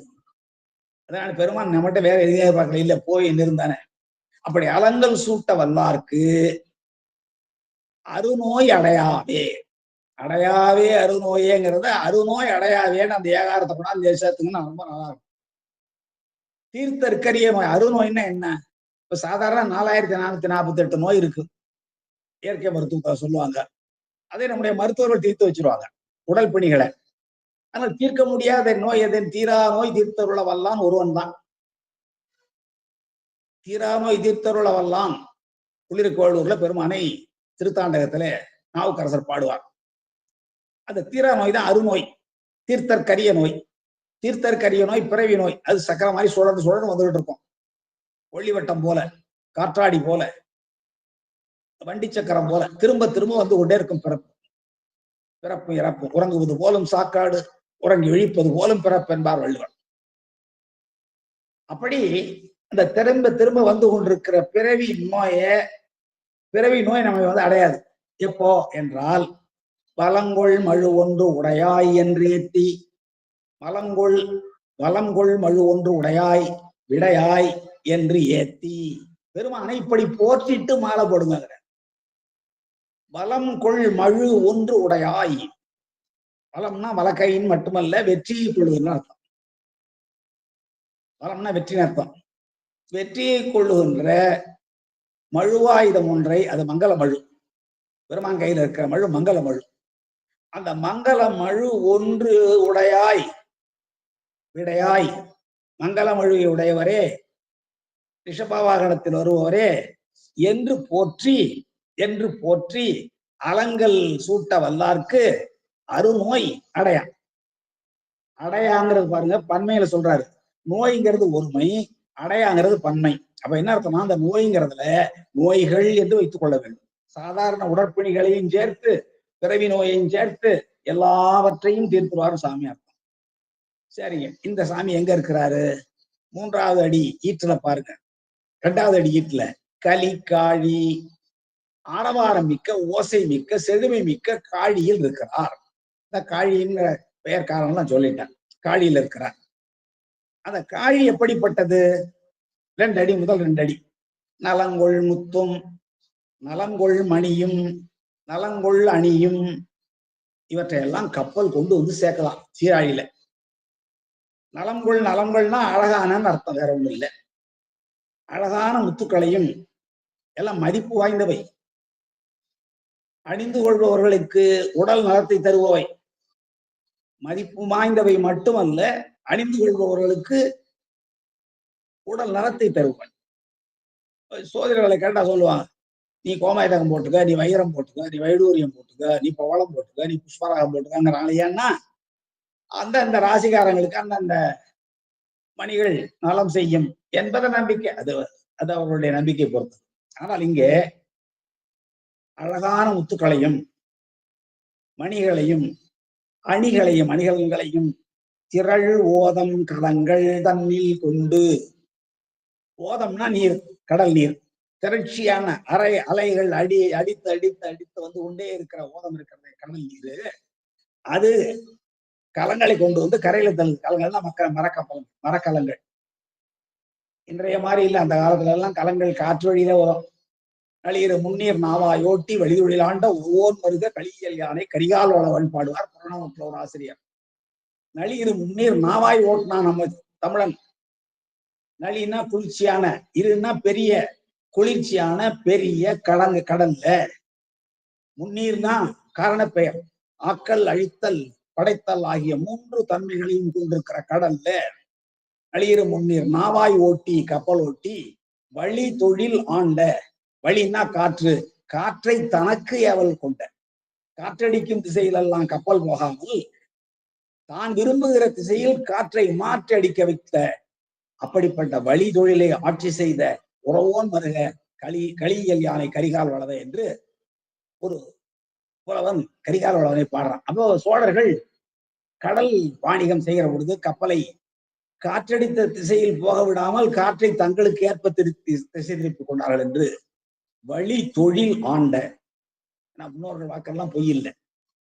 அது போல இந்த கப்பல் என்ன செய்கிறது, திரட்சியான ஓடம் அலையலையாக வந்து கொண்டுகிற அந்த கடல் நீரானது கப்பலை கொண்டு வந்து கரையில் சேர்க்கிறது. கலங்கள் தண்ணில், மரக்கலங்கள்ல மரக்கரங்களில், அவ்வளவுதான். கலங்கள் தண்ணில் என்ற கலங்களில், தன் என்பது அசைநிலை பொருள் இல்லை. கொண்டு கொண்டு வந்து கரையிலே சேர்க்கிற ஆரவாரமும் செழுமையும் மிக்க காழி. அந்த காழியில் எழுந்தவள் இருக்கிற பலங்கொள் மழு ஒன்று உடையாய், வெற்றியை மட்டுமே கொள்ளுகின்ற மங்கள மழுவை, ஒப்பற்ற மங்கள மழுவை கொண்ட பெருமானே, விடையாய் இடபாவாகனத்தை தன்னுடைய ஊர்தியாக கொண்டிருக்கிற பெருமானை என்று ஏத்தி என்று போற்றி, அலங்கல் சூட்ட வல்லார்க்கு, பெருமானுக்கு மாலையை சூட்ட வல்லவர்களுக்கு அருநோய் அடையா, எந்த நோயும் அவர் வந்து சேராது. அருநோய் என்றால் தீர்த்தற்கு அரிய பிறவி நோய் முதலான எவையும் வந்து சேராது என்பது இந்த முதல் பாடத்துடைய பொருள். இந்த பாடலுக்கு நான் மீண்டும் ஒரு முறை வர வேண்டும், அப்பொழுது பார்க்கலாம். 2வது பாட்டுக்கு வாங்க. ஊரார் உவரி சங்கம் மங்கம் கொடு வந்து, இதெல்லாம் நிறைய சீர்காழி தளத்தில் உள்ள பல பாடல்களை பார்த்தீங்கன்னாலே கப்பல் கரைக்கு கொண்டு வருவதும் பொருளை கொண்டு வந்து சேர்ப்பதும் நமக்கு நன்றாக தெரியும். ஒரு காலத்துல பட்டினப்பாலையின் ஒரு நூல் காவிரி பூம்பட்டினத்துல பிற நாடுகள்ல இருந்து கப்பல்ல இருந்து இறங்கிய பொருள்களை மிக பெரும் பட்டியலிட்டு காட்டுவார் உருத்திரங்கனார். மூட்டையெல்லாம் பூச்சி வச்சிருக்கிறாங்க, இறக்கின மூட்டைய. அந்த பொதி மூடை போரேறி, பொதி மூடை, மூடைன்னா மூட்டை, பொதி பொதியாக குவித்து வைத்திருக்கிற மூட்டை மேல ஏறி ஆடுகள் எல்லாம் குவித்து விளையாடுகின்றனதான். அது எப்படி இருக்குன்னா, மலை மேலே வருடை மான்கள் தூண்டி ஓடுவது போல் இருக்கிறதுன்னு சொல்லி அருமையான ஓமை வாழியாக சொல்வார். அப்போ இறக்குறவன் ஓசை, ஏற்றுகிறவன் ஓசை, விலை கூறுகிறவன் ஓசை, இதெல்லாம் கேட்கும் இல்லைங்களா? அதே போல இங்கேயும் கலிக்காழி என்றால் ஆரவாரமிக்க காழி. முன்னாடி கூட அன்னைக்கு நம்முடைய ரேவதி அம்மா இதே சீகாழிங்கிற தலத்தை பற்றி ஒரு பதிகம் பாடினார்கள், விளக்கம் சொன்னாங்க. அதுலயும் கலிக்காழி வந்து எதனாலே களி வருகிறது என்றால், எதனாலே ஆரவாரம் வருகிறது என்றால், இந்த முதல் காரணம் இங்கே வந்து கப்பல்கள் திரைகள் கொண்டு வந்து, அலைகள் கொண்டு வந்து கப்பலை கரையில் சேர்க்க, அந்த கரையில் சேர்க்கப்பட்ட கப்பலில் இருந்து அழகான முத்துக்களையும் மணிகளையும் அணிகளையும் இறக்குவதனால ஏற்படுகிற ஓசை. சரிங்க. இன்னும் கப்பல் வந்து சேர்கிற ஓசை, அது கடலை தள்ளி வருகிற ஓசை, அது எழுப்புகிற ஓசை எல்லாம் சேர்ந்து வரும். சரி, இது ஒரு வகையான ஓசை. இன்னும் என்னென்ன ஓசையெல்லாம் கலிக்காழியில் கேட்க இருக்கிறது என்பதை ஒவ்வொரு பாடல்லையும் கலிக்காழி கலிக்காழி கலிக்காழின்னு சொல்லிட்டு வருவார். அந்த கலிக்காழிக்கு என்ன காரணம்னு பார்க்கலாம். நான் முன்பே சொன்னது மாதிரி இலக்கண ஆசிரியர்கள் ஒரு விதியை சொல்லும் பொழுது அந்த விதிக்கு ஏற்ற எடுத்துக்காட்டு அந்த பாட்டுக்குள்ளேயே சூத்திரத்துக்குள்ளே இருக்கிறது மாதிரி நம்முடைய ஞானசம்பந்த பெருமான் தான் எடுத்து சொல்ல விரும்புகிற கொள்கையை இந்த பதிகத்துக்குள்ளேயே வைத்து காட்டுகிறார். நீங்களாக புரிந்து கொள்வீர்கள் கடைசியில. பாருங்க, வலங்கொள் மழு ஒன்று உடையாய் விடையாய் என்று ஏத்தனுனர். சரிங்களா? அடுத்த பாட்டுக்கு வாங்க. ஊரார் உவரி சங்கம், ஊரார் உவரி சங்கம் பங்கம் கொடு வந்து காரார் ஓதம் கரைமேல் உயர்த்தும் கலிக்காழி நீரார் சடையாய் நெற்றிக் கண்ணா என்றென்று வேறாயிரமும் பிதற்றத்தீரும் பிடிதானே. ஊரார் உவரி சங்கம். இப்ப ஊரார் சங்கம், உவரி வங்கம் என்று கொஞ்சம் மாத்திக்கிட்டீங்கன்னா இன்னும் கொஞ்சம் நல்லா பொருள் நல்லா இருக்கும். ஊர்ந்து வருகின்ற, சங்கு என்ன பண்ணும்? சங்கு பூச்சிகள் ஊர்ந்து ஊர்ந்து வரும். அன்னைக்கு கூட யாரோ சொன்னாங்க, நம்முடைய மருத்துவரையா நினைக்கிறேன், 1000 சிப்பிகள் குவிந்தால் அங்கே ஒரு இடம்புரி சங்கு தோன்றும். 1000 இடம்புரி சங்குகள் தோன்றினால் அங்கே ஒரே ஒரு வலம்புரி சங்கம் தோன்றும். 1000 வலம்புரி சங்கங்கள் தோன்றினால் அங்கே ஒரே ஒரு சலஞ்சலம் என்ற சங்கு தோன்றும். 1000 சலஞ்சலம் தோன்றினால் அங்கே ஒரே ஒரு பாஞ்சசன்யம், திருமால் கையில இருக்கிற பாஞ்சசன்யம் என்னும் சங்கு தோன்றும். இப்படி கடல்ல ஊர்ந்து ஊர்ந்து வருகிற சங்குகள், அதான் சொல்றாரு பாருங்க, ஊரார் சங்கம் ஊர்ந்து வருகிற நிறைந்த சங்குகள். உவரி உப்பு தண்ணீர வங்கம் கொண்டு வந்து உப்பு தண்ணியில இருக்கிற மிதந்து வர்ற கப்பல் எல்லாவற்றையும் கொண்டு வந்து காரார் ஓதம் கரைமேல் உயர்த்தும் கலிக்காழி. காரார் ஓதம்னா என்ன? மேகம் உண்ணும் நீரை தன்னகத்து கொண்டிருக்கிற கடல். காரார் ஓதம், கருமை நிரம்பிய ஓதம், கருமை நிரம்பிய நீர் என்று சொல்லலாம். மேகங்கள் உண்ணுவதற்கு தன்னகத்து கொண்டிருக்கிற நீர். மேகம் தானங்க போய் கடல் ஆவியாக தண்ணியை கொண்டு வருது. வள்ளுவர் சொல்லுவார், நெடுங்கடலும் தண்ணீர்மை குன்றும் தடிந்து எழிலி தான் நல்காது ஆகிவிடின். மேகமானது கருநிறமாகி நீரை சுமந்து கடலில் பொழியவில்லை என்றால் கடலும் தன்னுடைய தன்மையிலிருந்து கெட்டு போகும். சும்மா சில பேர் பாடுவான், காட்டில் நிலவாய் கடலில் மழையாய் பயனற்று போயிட்டுமா. நிச்சயமாக அது இல்லை. கடல்ல மழை பொழிஞ்சாதான் கடல் கடலாக இருக்கும். நெடுங்கடலும் தன் நீர்மை குன்றும் தடிந்து எழிலி தான் நல்காத ஆகிவிடின். எழிலின்னா மேகம் அர்த்தம். மேகம் தடிந்து வருவது என்பது நீரை முகந்து வருவது. மேகம் நீரை முகந்து வந்து பெய்யவில்லை என்றால் பெரிய கருங்கடல் கூட தன்னுடைய தன்மையில் கெட்டு போகும். அதான் இங்கே காரார் ஓதம் கரைமேல் உயர்த்தும் கலிக்காழி. மேகங்கள் எல்லாம் கரைமேலே வந்து இந்த வங்கங்களை உயர்த்துகிற கலிக்காழி, ஆரவாரம் மிக்க காழி. இதனாலே சங்கு ஊர்ந்து வருது, கப்பல்கள் வருகின்றன, மேகங்கள் நீரை பருகி செல்கின்றன. இதனால் எழுகிற பெரிய ஓசை, அந்த ஓசையினாலே காழியில் ஒலி எழுப்புகிறது கலிக்காழி. அந்த கலிக்காழியில இருக்கிற பெருமானை எப்படி அழைக்கணும்? நீரார் சடையாய் நெற்றிக்கண்ணா என்று என்று பேராயிரமும் பிதற்ற தீரும் பிணிதானே. இப்போ மெல்ல மெல்ல நான் சொல்ற எடுத்துக்காட்டு புரிஞ்சிருப்பீங்க. ஒரு நூற்பாக்குள்ளேயே அந்த நூற்பா எதை சொல்ல வருதோ அதுக்கேற்ற எடுத்துக்காட்டை உள்ள வச்சு பாடுவது பழைய இலக்கண ஆசிரியர்கள் மரபு. இவர் சொல்றாரு பாருங்க, ஞானசம்பந்த பெருமான், பேராயிரமும் பிதற்ற பெருமானுக்கு 1000 பேர் உங்களுக்கு தெரியும். ஒரு நாமம், ஒரு விழாருக்கு 1000 திருநாமம் பாடினாம் தெள்ளிடம் கொட்டாமோ. பேராயிரம் பதவிவானவர் எத்தும் பெம்மான். இப்ப கூட நம்ம அம்மா பாண்டாங்களே, பேராயிரவர் மயானத்து. அப்படி ஆயிரக்கணக்கான திருப்பெயரை உடையவர் நம்முடைய பெருமான். அதை இவர் சொல்றாரு ஞானசம்பந்தர், பேராயிரமும் பிதற்ற தீரும் பிணிதானே. பெருமானுடைய 1000 திருநாமங்களை பிதற்றுதல்னா திரும்ப திரும்ப திரும்ப திரும்ப சொல்லிக் கொண்டே இருக்கிறது. அப்படி சொல்லிக் கொண்டிருந்தால் நம்முடைய பிணி நீங்கி போகுங்கிறார். சரிங்க, பேராயிரமும் பிதற்றன்னு சொன்னார்ல, என்ன சார் பேராயிரம் என்றால், மேல பாருங்க, வலங்கொள் மழு ஒன்று உடையாய் விடையாய், வலங்கொள் மழு ஒன்று உடையாய், வலங்கொள் மழு ஒன்று உடையாய் விடையாய், நீரார் சடையாய் நெற்றி கண்ணா அப்படின்னு சொல்லிட்டு இன்னும் நிறைய இடத்துல பின்னாடி சொல்லிட்டே வர போறாரு. இதெல்லாம் சாமியை இப்படி எல்லாம் சொல்லி சொல்லி ஏத்தினால், அலங்கல் சுட்டினால் அருநோயெல்லாம் அடையான்னு சொன்னார். இப்ப பாருங்க, இவர் என்ன சொல்ல வர்றாரோ அதை தன்னுடைய பாட்டிலே வைத்து காட்டியிருக்கிறார். மறுபடியும் பாப்பா, அடுத்த பாட்டு பாருங்க. வடிகொள் பொழிலின் மழலை வரிவண்டு இசை செய்ய. வடிகொள் பொழில், நல்ல திருத்தப்பட்ட அழகான சோலை, திருத்தம் செய்யப்பட்ட அழகான சோலை, அழகிய சோலை. வடிவுனாலே அழகுனத்தான், வடிகோள் சொல்லினா அழகான சோலை. பொழில் மனிதர்களால் உண்டாக்கப்படாது, இயற்கையாக தோன்றுவது.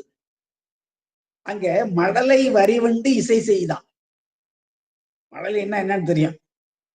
அழுடும் கொள்ளா பொழுதோடும் வாரா பொருளறிவாரா, அதான் மழலை. இந்த மழலைங்கிற சொல்லுக்கு புறநானூறுல ஔவையார் விளக்கம் சொல்றான். யாழோடும் கொள்ளா, நம்ம குழந்தை மழலை மொழி பேசுதல்லவா, அது போல யாழ் இசைக்க முடியுமா? யாழிசையை போல என் குழந்தை மழலை மொழி பேசிட்டு என் அம்மா சொல்லுவாளா? யாழிசையாவது குழல் இசையாவது. ஏமா என்னுடைய குழந்தையின் மழலை மொழிக்கு அதெல்லாம் ஈடாகுமா? குழலினிது யாழினிது என்பதம் மக்கள் மழலை சொல் கேளாதவர் என்று சொல்வார் வள்ளுவர். அவ்வளவு இனிமையானது. யாழோடும் கொள்ளா, பொழுதோடும் வாரா. என்னுடைய குழந்தைனுடைய மழலை மொழி காலையில பேசுமா, சாயந்தரம் பேசுமா, ராத்திரி பேசுமா, இடைவேளையில் பேசும், எப்ப பார்த்தாலும் பேசும்.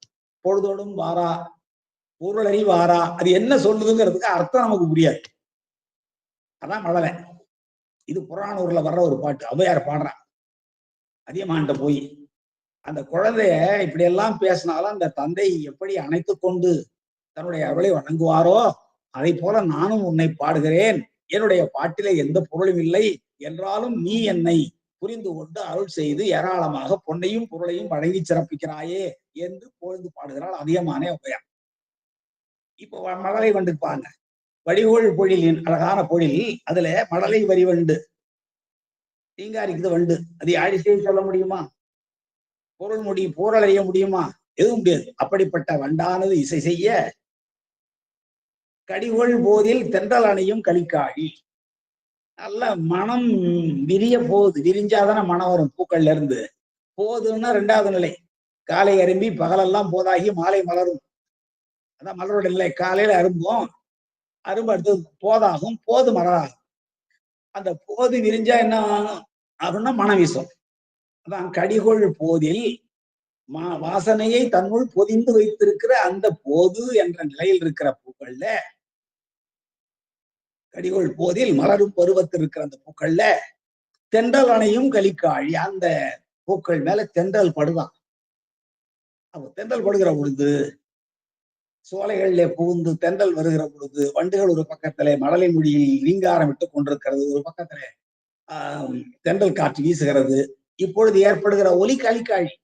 பாருங்க, வண்டிகொள் பொழிலின் மழலை வரிவண்டி இசை செய்ய கடிகொள் போதில் தென்றல் அணையும் கலிக்காழி. தென்றல் அணையும் கலிக்காழி வந்து சேருது.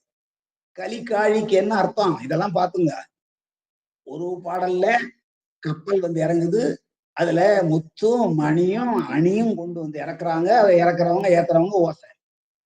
ரெண்டாவது பாடல்ல சங்குகள் வங்கம் கொண்டு வந்து தள்ளுது, அதனால் ஏற்படுகிற ஓசை. மூன்றாவது பாடல்ல மழலை வரிவண்டு இசைக்கிறது ஒரு ஓசை. மலரும் பருவத்தில் இருக்கிற போதுகளில் நல்ல மனம் வந்து மோதுகிறது. கடிகொள் போதில் தென்றல் அணைகிறது, தென்றல் காற்று வீசுகிறது, அதனால ஏற்படுகிற ஒலி கலிக்காழி. அப்ப அந்த தளத்தில் இருக்கிற பெருமானை எப்படி ஏற்றணும் தெரியுமா? பேராயிரம் பிதற்றி பெருமான் என்று ஏத்தன்னு சொன்னார்ல. பேராயிரம் பதற்றம்ல. முதல் பாட்டுல வளம்கொள் மழு ஒன்று உடையாய் விடையாயினாரு. ரெண்டாவது பாட்டுல நீரார் சடையாய் நெற்றி கண்ணா இப்படி எல்லாம் கூப்பிடுங்கன்னாரு. மூன்றாவது இந்த பாட்டுல சொல்றாரு முடிகொள் சடையாய் சடாமுடியோடைய பெருமானே முதல்வா, நீதான் முதல்வன், மூவருக்கும் முதல்வன் நீதான், எல்லா உயிர்களுக்கும் நீதான் முதல்வன், முதல்வனே என்று முயன்று என்று முயன்று என்று தவத்தோடு தவ உணர்வோடு. முயற்சி என்பது தவ முயற்சி. தவ முயற்சினா என்ன? சிவ வழிபாடு. தவம்னா சிவ வழிபாடுதான். சரியகிரிய யோகம் ஞானம். சரியகிரிய யோகம் தவம் என்றால் இந்த சரியகிரிய யோகம் சிவத்தை அடைவதற்கு வழி, அது வழிபாடு. அப்படி முயன்று இங்கே முதல்வா என்றும் முடிவுள் சடையாய் என்றும் ஏத்தி அடி கை தொழுவார்க்கு பெருமானுடைய திருவடியை கரங்குவிவார் உள்மகிழும் கோன்கடல்கள், சிறங்குவிவார் ஓங்குவிக்கும் சீரோன்கடல், கைகால் கூப்பி தொழில். அப்படி பெருமானுடைய திருவடியில் கை தொழுவார்க்கு இல்லை என்ன இல்லை? அல்லல் அவலம் இல்லை. அல்லல் இல்லை, துன்பம் இல்லை, அவலம் இல்லை. துன்பம் ஏற்பட்டால் நம்முடைய மனம் வருந்தி அழுகை வரும் அல்லவா? துன்பமும் இல்லை, அழுகையும் இல்லை, ரெண்டு இல்லை.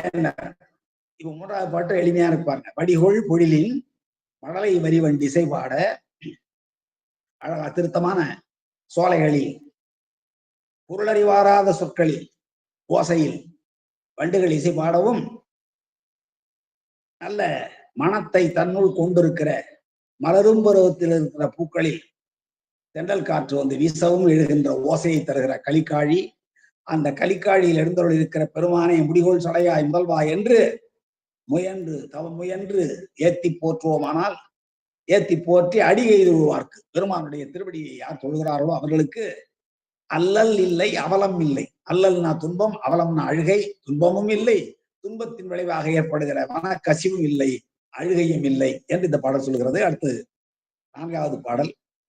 மனைக்கே ஏற வளம் செய் பவளம் வளர்முத்தம் கனைக்கும் கடவுள் ஓதம் ஏறும் கலிக்காழி. கலிக்காழி ஆரவாரம் மிக்க காளி, செழுமை மிக்க காளி. எப்படி? வளம் செய் பவளம், நல்ல வளமான வளத்தை தருகிற பவளம், வளர் முத்தம், ஒளி வளர்கின்ற செல்வ வளர்ச்சியை தருகிற முத்தம், முத்துக்கள், இதையெல்லாம் மனைக்கே வீட்டு வந்து மோதுதான். அப்போ ஒரு காலத்துல சீர்காழி கடற்கரை ஓரத்துல இருந்துச்சு. இந்த கடலோட அலை வந்து வீடு வரைக்கும் வீசுது. அவ்வாறு வீசுகிற அந்த அலை என்னத்தை கொண்டு வருது? பவளத்தை கொண்டு வருகிறது, முத்தை கொண்டு வருகிறது. இவையெல்லாம் கடல்படு பொருள்கள் இல்லவா? முத்தும் பவளமும், முத்து சிப்பியில இருந்தும் பவளம் பாறை கொடிகள்ல இருந்தும் பவள துறை கொண்ட பவளம் இருளகற்றும் சோதி தொன்மையில வாயிலான்னு படிச்சிருக்கோம். அப்படி பவளமும் முத்தும் கரையில் கொண்டு வந்து தள்ளுகிறது. அதான் மனைக்கே ஏற, மனைனா வீடு, வீட்டுக்கு வந்து சேரும்படி வகையில் கனைக்கும் ஒலிக்கின்ற கடலுள் ஓதம் ஏறும், ஒலிக்கின்ற கடல்ல இருந்து தண்ணீரை கொண்டு வந்து கரையில ஏறுகிற, வீடு வந்து ஏறுகிற கலிக்காழி. அதனால ஏற்படுகிற ஓசை மிக்க கலிக்காழியில் எழுந்தொழிருக்கிற பெருமானை எப்படி போற்ற வேண்டும்? பேராயிரமும் பிதற்ற வேண்டும் அல்லவா? பாட்டுத்தோறும் சொல்லிட்டு வர இருப்பாங்க. பனைக்கை பகட்டு ஈர் உரியாய் பெரியாய். பனைக்கை பகடு, பனை மரம் போன்ற தும்பிக்கையினையுடைய பெரிய விலங்கு யானை, ஆண் யானை. உங்களுக்கு தெரியும். பனைக்கை மும்மத வேழம் உரித்தவன் நினைப்பவர் மனம் கோயிலாய் கொண்டவன், அப்படி நிறைய இடத்துல படிச்சிருக்கோம். நேற்று கூட இந்த நாகை காரோண பதியத்துல பார்த்தோம். அதுபோல பனைக்கை பகட்டீர் உரியாய், ஈர் உரியாய் என்றால் அந்த ஈரத்தோலை உரிச்சு போர்த்து கொண்ட பெரியவனே, பெரியாய். ஏன்னா அந்த யானையினுடைய தோலை உரிக்கிறது சாதாரண வேலை இல்லை. தோலை உரிச்சதோடு மட்டுமல்லாமல் அதை தூக்கி தன்மேல் போர்த்தி கொள்வது அதனினும் கடிய செயல். அந்த 2 செயலையும் செய்வதனாலே பெருமானை பெரியா என்கிறார். பனைக்கை பகடு, பகடுன்னா விலங்குன்னு பொது அர்த்தம். இந்த இடத்துல பகடுன்னா ஆண் யானை. இதனால் என்ன? பனை போன்ற துதிக்கையை உடையது, அதனாலே அந்த விலங்கு ஆண் யானை. அந்த யானையினுடைய தாருகாவனத்து முனிவர்கள் ஏறியதெல்லாம் அதனுடைய ஈரத்தோலை உரித்து போர்த்து கொண்ட பெரியவனே என பேணி என்று போற்றி நினைக்க வல்ல அடியார். நினைச்சால் போதும். நினைத்தோறும் காண்தோறும் பேசும் தோறும் எப்போதும் அனைத்தலும் உள்ளக ஆனந்த தேன்சுரியும் குறிப்புடையானுக்கே சென்றுடையாய் கொத்தும்பி சென்றுவதாய் கோத்தும்பிம்பார். நினைக்கும் பொழுதே நீங்க அப்படி நினைக்க வல்ல அடியார், நினைக்க வல்ல அடியார் மிக மிக மிக மிக முக்கியமானது. அது வல்ல அடியார், நினைக்க வல்ல அடியார் நெஞ்சில் நல்லாரே, அவர்கள் தான் நல்ல நெஞ்சம் உடையவர்கள். நன்னெஞ்சே நீ கேளாய். நல்ல நெஞ்சம் உடையவர்கள் யார் என்றால் பெருமானுடைய திருவடியை நினைக்க வல்லவர்கள். எப்படி சொல்லி? பனைக்கை பகட்டு ஈருரியாய் பெரியாய் என்று பெருமானை போற்றி நினைக்க வல்ல அடியார்கள் தான் நல்ல நெஞ்சமுடையவர்கள், நிறைந்த நெஞ்சமுடையவர்கள் என்று இந்த பாடல் சொல்கிறது. மீண்டும் இந்த அத்தனை பாடலை நாம் பார்க்க வேண்டும். அடுத்த நேரம் நிறைந்து சென்று கொண்டிருக்கிறது, பார்ப்போம். பரிதி இயங்கும் பாரில் சீரால் பணியாலே கருதி விண்ணோர் மண்ணோர் விரும்பும் கலிக்காழி. பரிதி இயங்கும் பாருன்னா சூரியன் இயங்கிக் கொண்டிருக்கிற இந்த உலகம். பரிதின்னு இருக்கணும், பருதின்னு இருக்கு எதிரை நோக்கி. அடுத்ததுல கருதி, அதுக்கு அடுத்ததுல சுருதி, அதுக்கப்புறம் கருதின்னு வர்றதுனால பரிதி என்று ரகர இகரம் இருக்க வேண்டிய இடத்தில் ரகர உகரம் இருக்கிறது. பருதின்னு சூரியன் அர்த்தம். பரிதி இயங்கும், சூரியன் இயங்கிக் கொண்டே இருக்கிற. அது இயங்க இல்லைன்னாக்கா எல்லாமே எதுவுமே அடங்கி இயங்க இல்லை. 4 நாளா பாருங்க சூரியனே பார்க்க முடியல, எந்த இயக்கமும் இல்லை, நம்மகிட்ட ஒரு சுறுசுறுப்பு இல்லை, சோம்பல் தான் இருக்கு. பரிதி இயங்கும் பாரில், பாருன உலகத்துல சீரார் பணியால இந்த உலகத்தில் சிறப்பு பொருந்திய பணி செய்ய வேண்டும் என்று தேவர்கள் எல்லாம் இங்கே வர்றாங்க. ஏன்னா தேவர்கள் வந்து சிவன் உய்ய கொள்ளுகின்ற ஆறு என்று இங்க வந்து வழிபாடு செய்யறாங்க. எனவேதான் பரிதி இயங்கும் பாரில் சீரார் பணியால சிறப்பு மிக்க பணிகளை எல்லாம் செய்து கருதி தங்களுடைய உள்ளத்தில் தியானம் செய்து விண்ணோரும் மண்ணோரும் விரும்பும் கலிக்காழி. விண்ணோர் மண்ணோர் இருக்கு, அங்க ஒரு உண்மை சேர்த்துக் கொள்ள வேண்டும். அது உண்மை தொகை. விண்ணோர் மண்ணோர் விரும்பும் கலிக்காழி. விண்ணுள்ள தேவர்களும் மண்ணில் வாழ்கிற நாமும் விரும்புகின்ற கலிக்காழி. ஆகைய இந்த கலிக்காழியை விண்ணோர்கள் என்றால் அவர்கள் புகலிடம் அடைந்த இடம். அரக்கர்களுடைய தொல்லைகளில் இருந்து தங்களை காப்பாற்றிக் கொள்வதற்காக பெருமானிடம் புகழடைந்த இடம். எனவே விண்ணோர்கள் போற்றுகிறார்கள். மன்னோர்கள் எல்லா இன்பங்களையும் அனுபவிப்பதற்காக மன்னோர்கள் போற்றுகிறார்கள். எனவே கருதி விண்ணோர் மன்னோர் போற்றும் கலிக்காழி விரும்பும் கலிக்காழி சுருதி மறை 4 ஆன செம்மை தருவானே. பெருமான் எப்படிப்பட்டவனா? சுருதினா கேட்டல் அர்த்தம். வேதம். சுருதினா வேதம். வேதத்துக்கு ஏன் சுருதின்னு பேர் வந்ததுன்னா, சுருதியே யாரும் எழுதி வச்சு படிக்கிறது இல்லை. வேதத்தை எழுதாமறை. தாமரை இல்லை, எழுதாமறை. எழுதாத வேதம். அதை எழுது மொழியில் மொழிந்த பிரான் நம்முடைய ஞானசம்பந்த பெருமான். பழுதிலிற எழுது மொழி மொழிந்த பிரான் பாடுவார். பின்னாடி கழுமலம் என்னும் திருத்தலத்துக்கு பெயரை சொல்கிற பொழுது, காரணம் சொல்கிற பொழுது பாடுவான். ஒரு ஊரினுடைய பெயர்ல 2வது எழுத்து என்ன இருக்கோ அதை வச்சுதான் அந்த பாடம். சுரர் உலகு நரகல் என்று சொல்லி பிரமபுரத்துல பி அந்த ரால ஆரம்பிப்பார். வேணுபுரம்னா நூல் இருக்கும் 2வது எழுத்து பூரா. அது இனிமேல் அந்த 67வது பதிகத்தை வைத்து இந்த நோக்கில் பாருங்கள். அப்படி சுருதி மறை 4, அது தெரியும் உங்களுக்கு. வேதங்கள் 4. அந்த அந்த 4ஆன செம்மை தருவானை. இந்த 4மறை கேள்விகளையான செம்மைன்னா தெரியும். திருநின்ற செம்மை, நம்ம வீடு வேறு அடைய வைக்கின்ற செம்மை. அப்படிப்பட்ட வேதங்களை நாம் கற்றறிந்து அதன் வழியாக ஒழுகி பெருமானுடைய திருவடியை சேர்தல் என்று ஒரு வகை. அதை தமிழால் தந்திருக்கிறார் நம்முடைய ஞானசம்பந்த பெருமானும் மற்ற அடியார்களும் அருளாளர்களும்.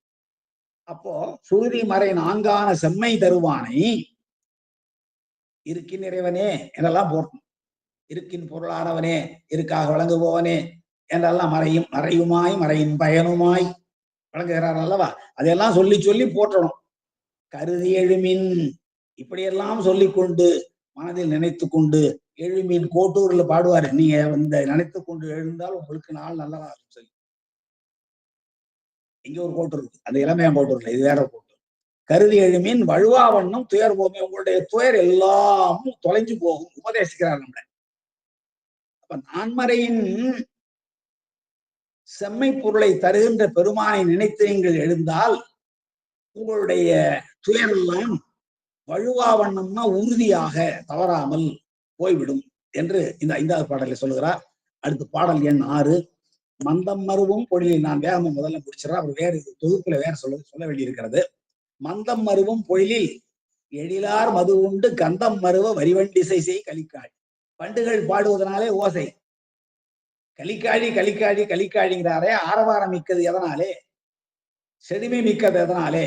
களி என்பதற்கு ஆரவாரம் என்ற பொருளும் உண்டு, செழுமை என்ற பொருளும் உண்டு, வறுமை என்ற பொருளும் உண்டு, துன்பம் என்ற பொருளும் உண்டு. கற்றாங்கு எரியோம்பி கலியை வாராமே செற்றார் வாழ்தில்லைன்னு பாடுகிற பொழுது அந்த களி வேறு.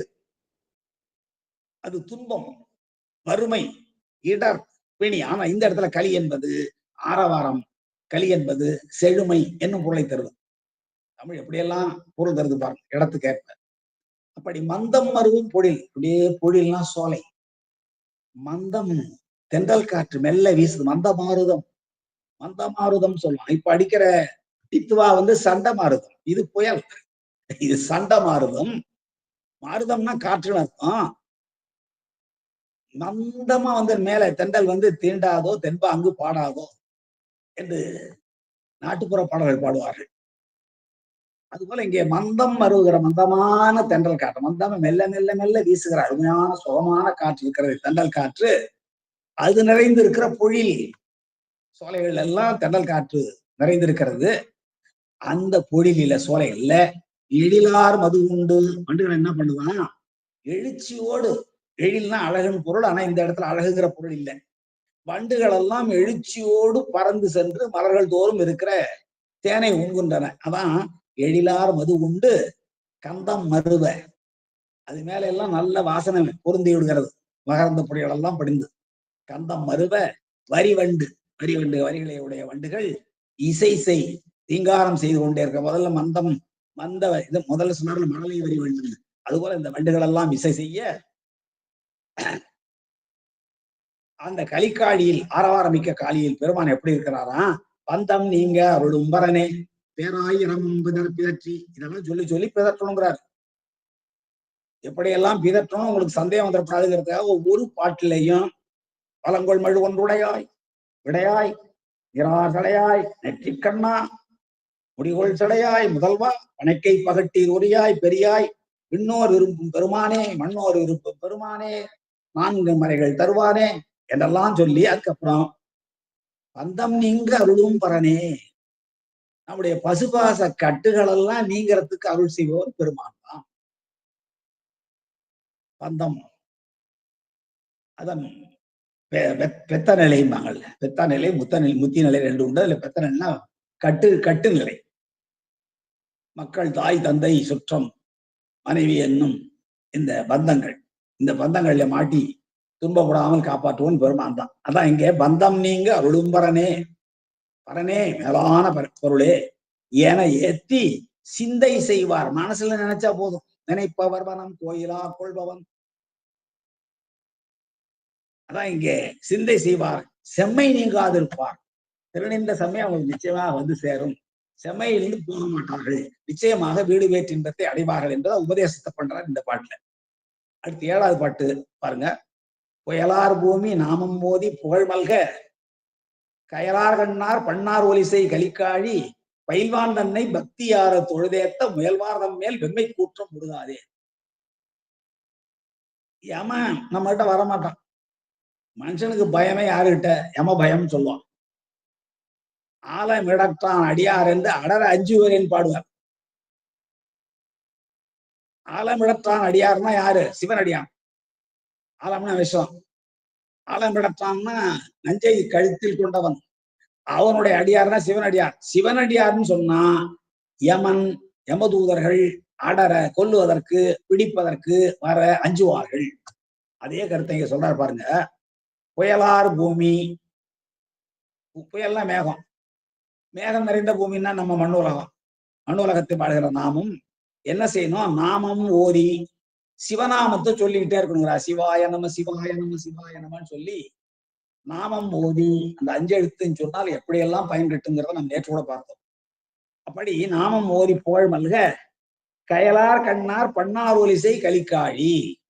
கயல் ஆர் கண்ணார், கயல் மீனை போன்ற அழகிய கண்களை உடைய பெண்கள் பண்ணோடு கூடிய பாடலை பாடுவதனாலே ஏற்படுகிற ஒலி நிறைந்திருக்கிற ஆரவாரம் மிக்க காழி. காழிக்கு ஆரவாரம் எதனாலே வருகிறதுங்கிறதுக்கு அடுத்த காரணம். அந்த கலிகாழியில் பயில்வான் தன்னை, பயில்பவன் என்றால் தொன்று தொட்டு அங்கேயே விளங்குபவன், எல்லா உயிர்களுக்கும் இன்பத்தை செய்து கொண்டு அங்கேயே இருப்பவன், அவன் தான் பயில்வான், தொல்லோன், பயின்ற தொல்லோன். அப்படிப்பட்ட பெருமான் தன்னை பக்தியார தொழுதேத்த, பக்தி மலர்தூவ முத்தியாகவன் சொல்றாங்க. அது போல பக்தியார தொழுது ஏத்த, பக்தியோடு தொழுது ஏத்தினால் முயல்வார்தம் மேல். முயல்வார் என்றால் என்ன? பெருமானை அடைய வேண்டும் என்று யார் முயற்சியை மேற்கொள்கிறார்களோ அவர்கள் மேல், பக்தியோடு பெருமானை வழிபாடு செய்பவர்கள் மேல் வெம்மை கூற்றம், வெங்கூற்றம். ஏன்னா அவர் செக்கிலிட்டு ஆட்டுவார் யமன் தமனார். அப்படிப்பட்ட கொடுமையான கூற்றம் நம்மை வந்து நெருங்காது, முடுகாது, விரைந்து வந்து நம்மை பிடிக்க வராது. காரணம் என்ன? நான் முதல்ல சொன்ன மாதிரி ஆலமிடத்தான் அடியார் என்று அடர் அஞ்சுவர். பாருங்க, இதுல கொஞ்சம் கால வித்தியாசத்தை பாருங்க. முயல்வார்னா இனிமேலுக்கு முயற்சியை பண்ணுபவர்கள் அர்த்தம். பயில்வான் தன்னை கலிக்காழியிலே இருந்து எல்லாருக்கும் அருள் செய்து கொண்டிருக்கிற அந்த பழமையான பெரியோனை பக்தியார தொழுது, பக்தி நிரம்ப, ஆறுதல் என்றால் நிறைதல், வயிறார உண்டேங்கிற மாதிரி பக்தியார தொழுது ஏத்தி போற்றி, ஏத்த போற்றல்ல ஏத்துவதற்கு யார் முயற்சி செய்கிறார்களோ, முயற்சி செய்தாலே போதும், பெருமானை நான் பக்தியார தொழுது ஏத்த முயலுவேன் என்றாலே அவங்கிட்ட கூற்றம் வரமாட்டான்னு சொன்னா, முயல்வேன் என்று சொல்பவனிடமே கூற்றம் வரமாட்டான் என்றால் முயன்றவர்களிடம் கூற்றம் வருவானா? சொல்லவே வேண்டியது. முயல்வார்னா எதிர்காலத்துல பெருமானை நான் மலர்கள் எல்லாம் தூவி பக்தியார பணிந்து பெருமானுடைய புகழையெல்லாம் பணிந்து ஏத்த முயல்வேன் என்று சொன்னாலே ஏமா வரமாட்டான்னா முயன்றார்களிடம் வரமாட்டான் என்பது சொல்ல வேண்டிய அவசியமே இல்லை என்பது இந்த பாடலுடைய பொருள். அடுத்த பாட்டு பாருங்க. அரக்கன் முடிதோள் நெறிய, இந்த கயலார் கண்ணார் கயலார் கண்ணார் பன்னார் ஒலிசை கலிக்காய் நிறைய பாட்டுல நம்ம பார்த்திருக்கிறோம். அதை அதாவது மங்கைமாறு ஆடல் ஓவா மண்ணு கார்வனம் நேற்று கூட பார்த்தோம். அது போல நிறைய இடங்கள்ல பெண்கள் கூடி கூடி ஆடி பாடுகிறார்கள்.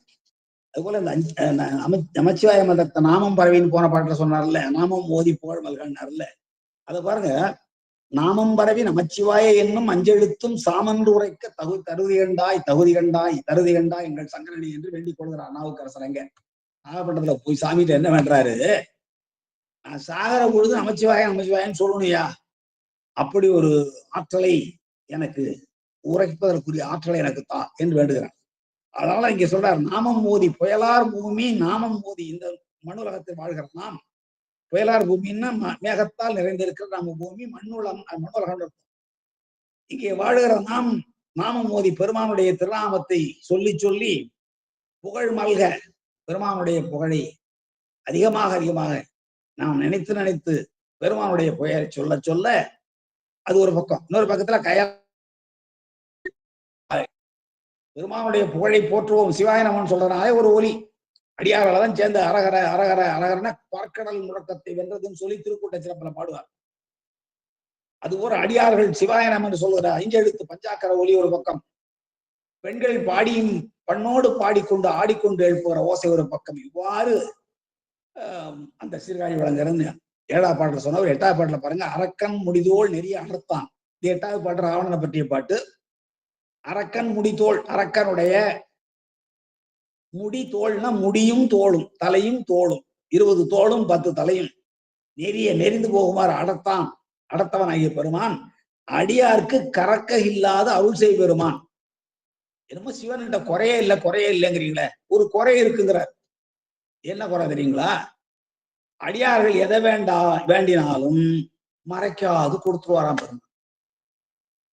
கொஞ்சம் கூட வசிக்க மாட்டார். அடியார்கள் எதை வேண்டுமானாலும் கேட்ட உடனே வேண்டத்தக்கதறி ஓய்னி வேண்ட முழுதும் தருவோய்னி வேண்டுவார் வேண்டுவதே ஈவன் கண்ட என்றெல்லாம் பாடுறாங்கல்ல. அப்படி அடியார்கள் எதை வேண்டுமானாலும் மறைக்க தெரியாமல் கொடுத்து விடுகின்ற ஒரு குணம் பெருமானிடம் இருக்கிறது. அதான் கறக்க இல்லாது மறைக்காது அருள் செய் பெருமான், கேட்பவர்களுக்கு அருள் செய்கின்ற பெருமான். ஏன்னா அடியார்கள் எனக்கு அதை கூட இதை கூட கேட்கிறாங்கல்ல, அதனால ஒலி எழும்புகிற கலிக்காடி. அந்த கலிக்காடியில பறக்கும் புகழான் தன்னை கொஞ்ச நஞ்சம் புகழ் இல்ல, உலகமெல்லாம் பரவி விளங்குகிற புகழையுடைய பெருமானை ஏத்தி பணிவார் மேல் யாரெல்லாம் பெருமானுடைய புகழை ஏத்தி திருவடிகளில் விழுந்து மனம் மொழிமைகளால் போற்றியும் பணிந்தும் வணங்குகிறார்களோ அவர்கள் மேல் பெருக்கும் இன்பம் பெருகும், என்னாலும் துன்பம் இல்லை. இன்பமே என்னாலும் துன்பம் இல்லை என்பது போல பெருக்கும் இன்பம், துன்பமான பிணி போமே, அவங்ககிட்ட எந்த துன்பமும் வராது என்று சொல்கிறார். துன்பமான பிணி போமே. மானாய் உலகம் கொண்ட மாலும், அந்த வாமனாவதாரத்துல அந்த குரு மானாக வந்து பிரம்மச்சாரியா வந்து வாமனாக வந்து மாவலியிடம் உலகத்தே தார வாங்கினால, அதான் மானாய் உலகம் கொண்ட மாலும் திருமாலும் மானாகி வையம் அளந்ததுவும் திருமங்கை ஆழ்வார் பாடல். அப்படி கூட இங்க நேற்று கூட நாம் அதை பார்த்தோம். ஒரு பாடல்ல சொன்னாங்க, மண்டனை இறந்து கொண்ட மாயனோடு அசுரர் வானோர் தெண்டிலை கடைய வந்த தீவிடம் தன்னை உண்ட கண்டனை என்று நாவுக்கரசர் பாடுவார். இங்க மாணிமொழின்னு ஒரு ஊர் இருக்கு, அங்க நடந்த சம்பவம் தான் இது, ஐதீக தலம். அதுபோல மானாய் உலகம் கொண்ட மாலும் குருமான் உருவம் கொண்டு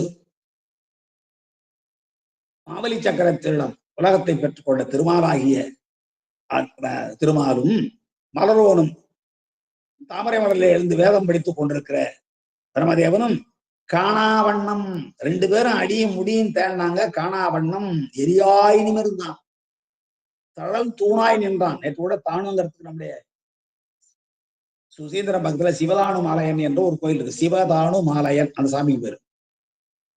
இங்க நம்ம திருமழபாடியில வஜ்ரதம்பேஸ்வரர் பேர். வஜ்ரதம்பேஸ்வரர் கடல் தூணா நிற்கிறார். வைரத்தூண்நாதர்ன்னு சொல்லுவாங்க. இங்க வஜ்ரம்னா வைரம், வைரத்தூண்நாதர் என்று திருமழபாடியில பேரு. சிவதானு மாலையன் பேரு. தானும்னா அப்படியே தளர்ப்புழம்பாக மிக பெரும் அடிமுடி தெரியாத வண்ணம் உயர்ந்திருக்கிறது. அப்படி காணாவண்ணம் எரியாய் நிமிர்ந்தான். அவன் எழுந்தருள் இருக்கிற களிக்காழி ஆரவாரமிக்க காழியில பூணாறு முலையால் பங்கத்தானை அணிகலன்களை எல்லாம் அணிந்த தனபாரங்களை உடைய அம்மையை தன்னுடைய பாகமாக கொண்டிருக்கிற பெருமானை புகழ்ந்து ஏற்றி பெருமானை புகழவும் ஏத்தவும் செய்தால் கோணா நெஞ்சம் உடையார்க்கு இல்லை குற்றமே. ஏத்தி கோணா நெஞ்சம் என்றால் திருகல் இல்லாத மனம். கோணுதல் திருகுதல். திருகலாகிய சிந்தை திருந்தலாம் பாடு மருகலான் அடியில் வாழ்த்தி வணங்க வெம்பார். அப்போ திருகலாகிய சிந்தை திருந்தலாம் பெருமானை போற்றினார். திருகல் இல்லாதவர்கள் மனமுடையவர்கள் பாருங்க, பெருமானை போற்றினால் திருகிய சிந்தை திருந்தும். ஆனால் இங்கே புகழ்ந்து ஏத்துகின்ற கோணா நெஞ்சம் உடையவர், இயல்பாகவே திருகல் இல்லாத நெஞ்சம் உடையவர்களுக்கு குற்றமே இல்லை. இல்லை குற்றமே, குற்றமே இல்லை, எந்த குற்றமும் கிடையாது. கடைசியில 9வது பாட்டு 10வது பாட்டு, அஞ்சி அல்லல் ஒழிந்து திரிவார் அமன் ஆதர். இந்த அமனர்கள் இருக்காங்களே, அவங்க பலவற்றுக்கு அஞ்சுவார்கள், பொய் சொல்லுவார்கள், துன்பம் அடைவார்கள், துன்பம் தரும் பேச்சுகளை சொல்லுவார்கள். அவர்கள்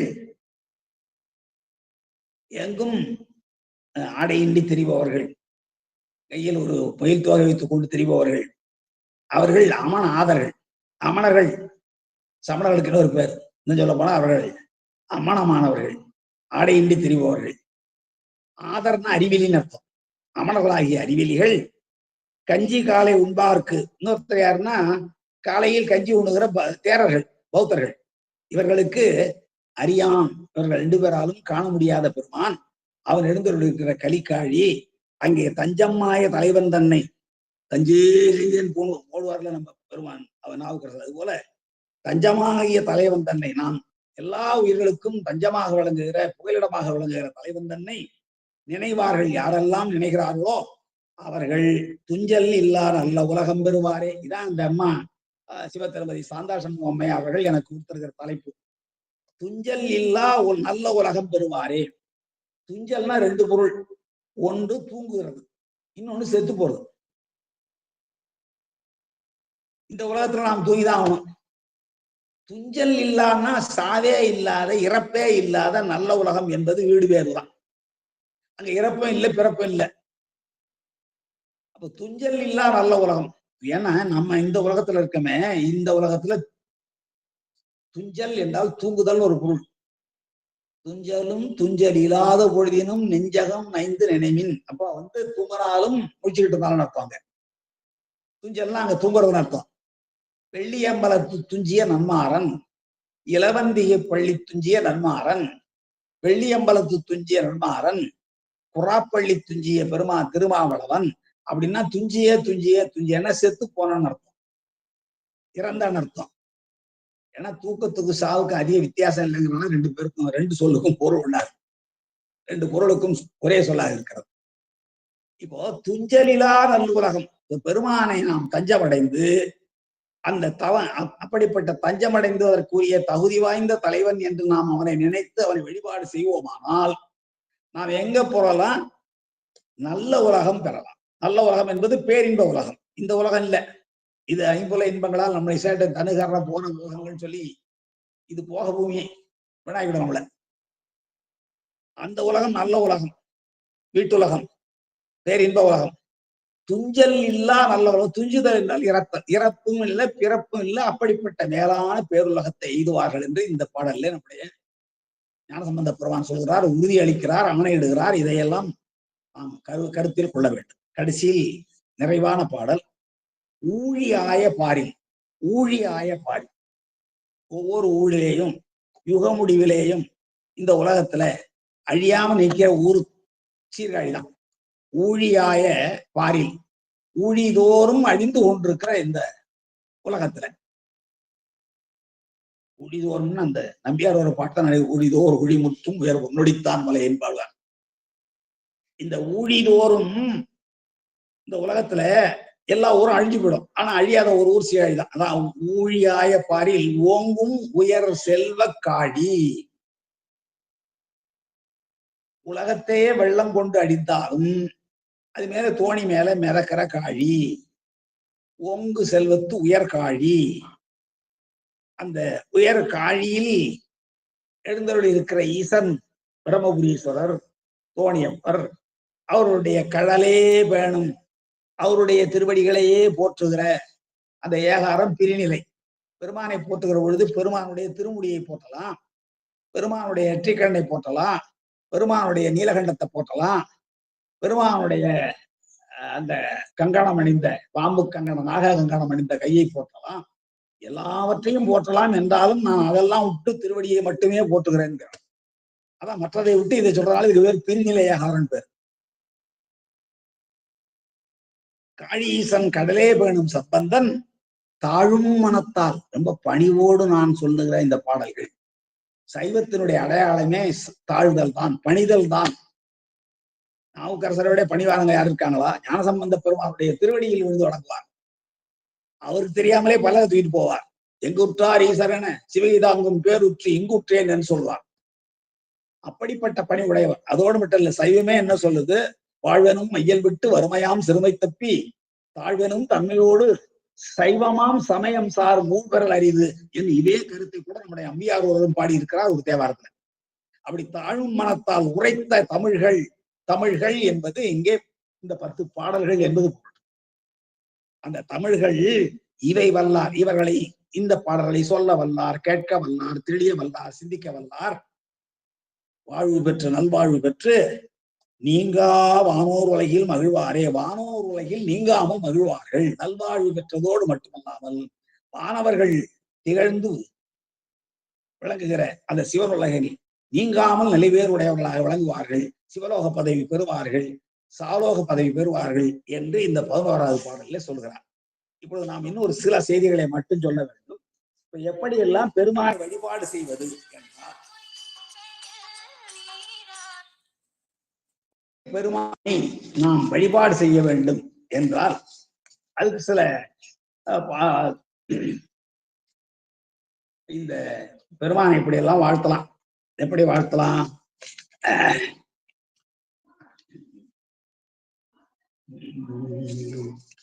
நிறைய சீர்காழி பதிகங்களிலே பார்த்தேன். நிறைய பதிகங்கள்ல சரணமாக வாழ்த்தி பாடி இருக்கிறார். அதை முழுவதும் இல்லாமல் நாம் சிலவற்றை மட்டும் இந்த பதிகத்துல பாடுவதை மட்டும் கூட நாம் பார்த்தால் போதுமானது. அவை என்னெல்லாம் எப்படி எல்லாம் பாடுறாரு பாருங்க.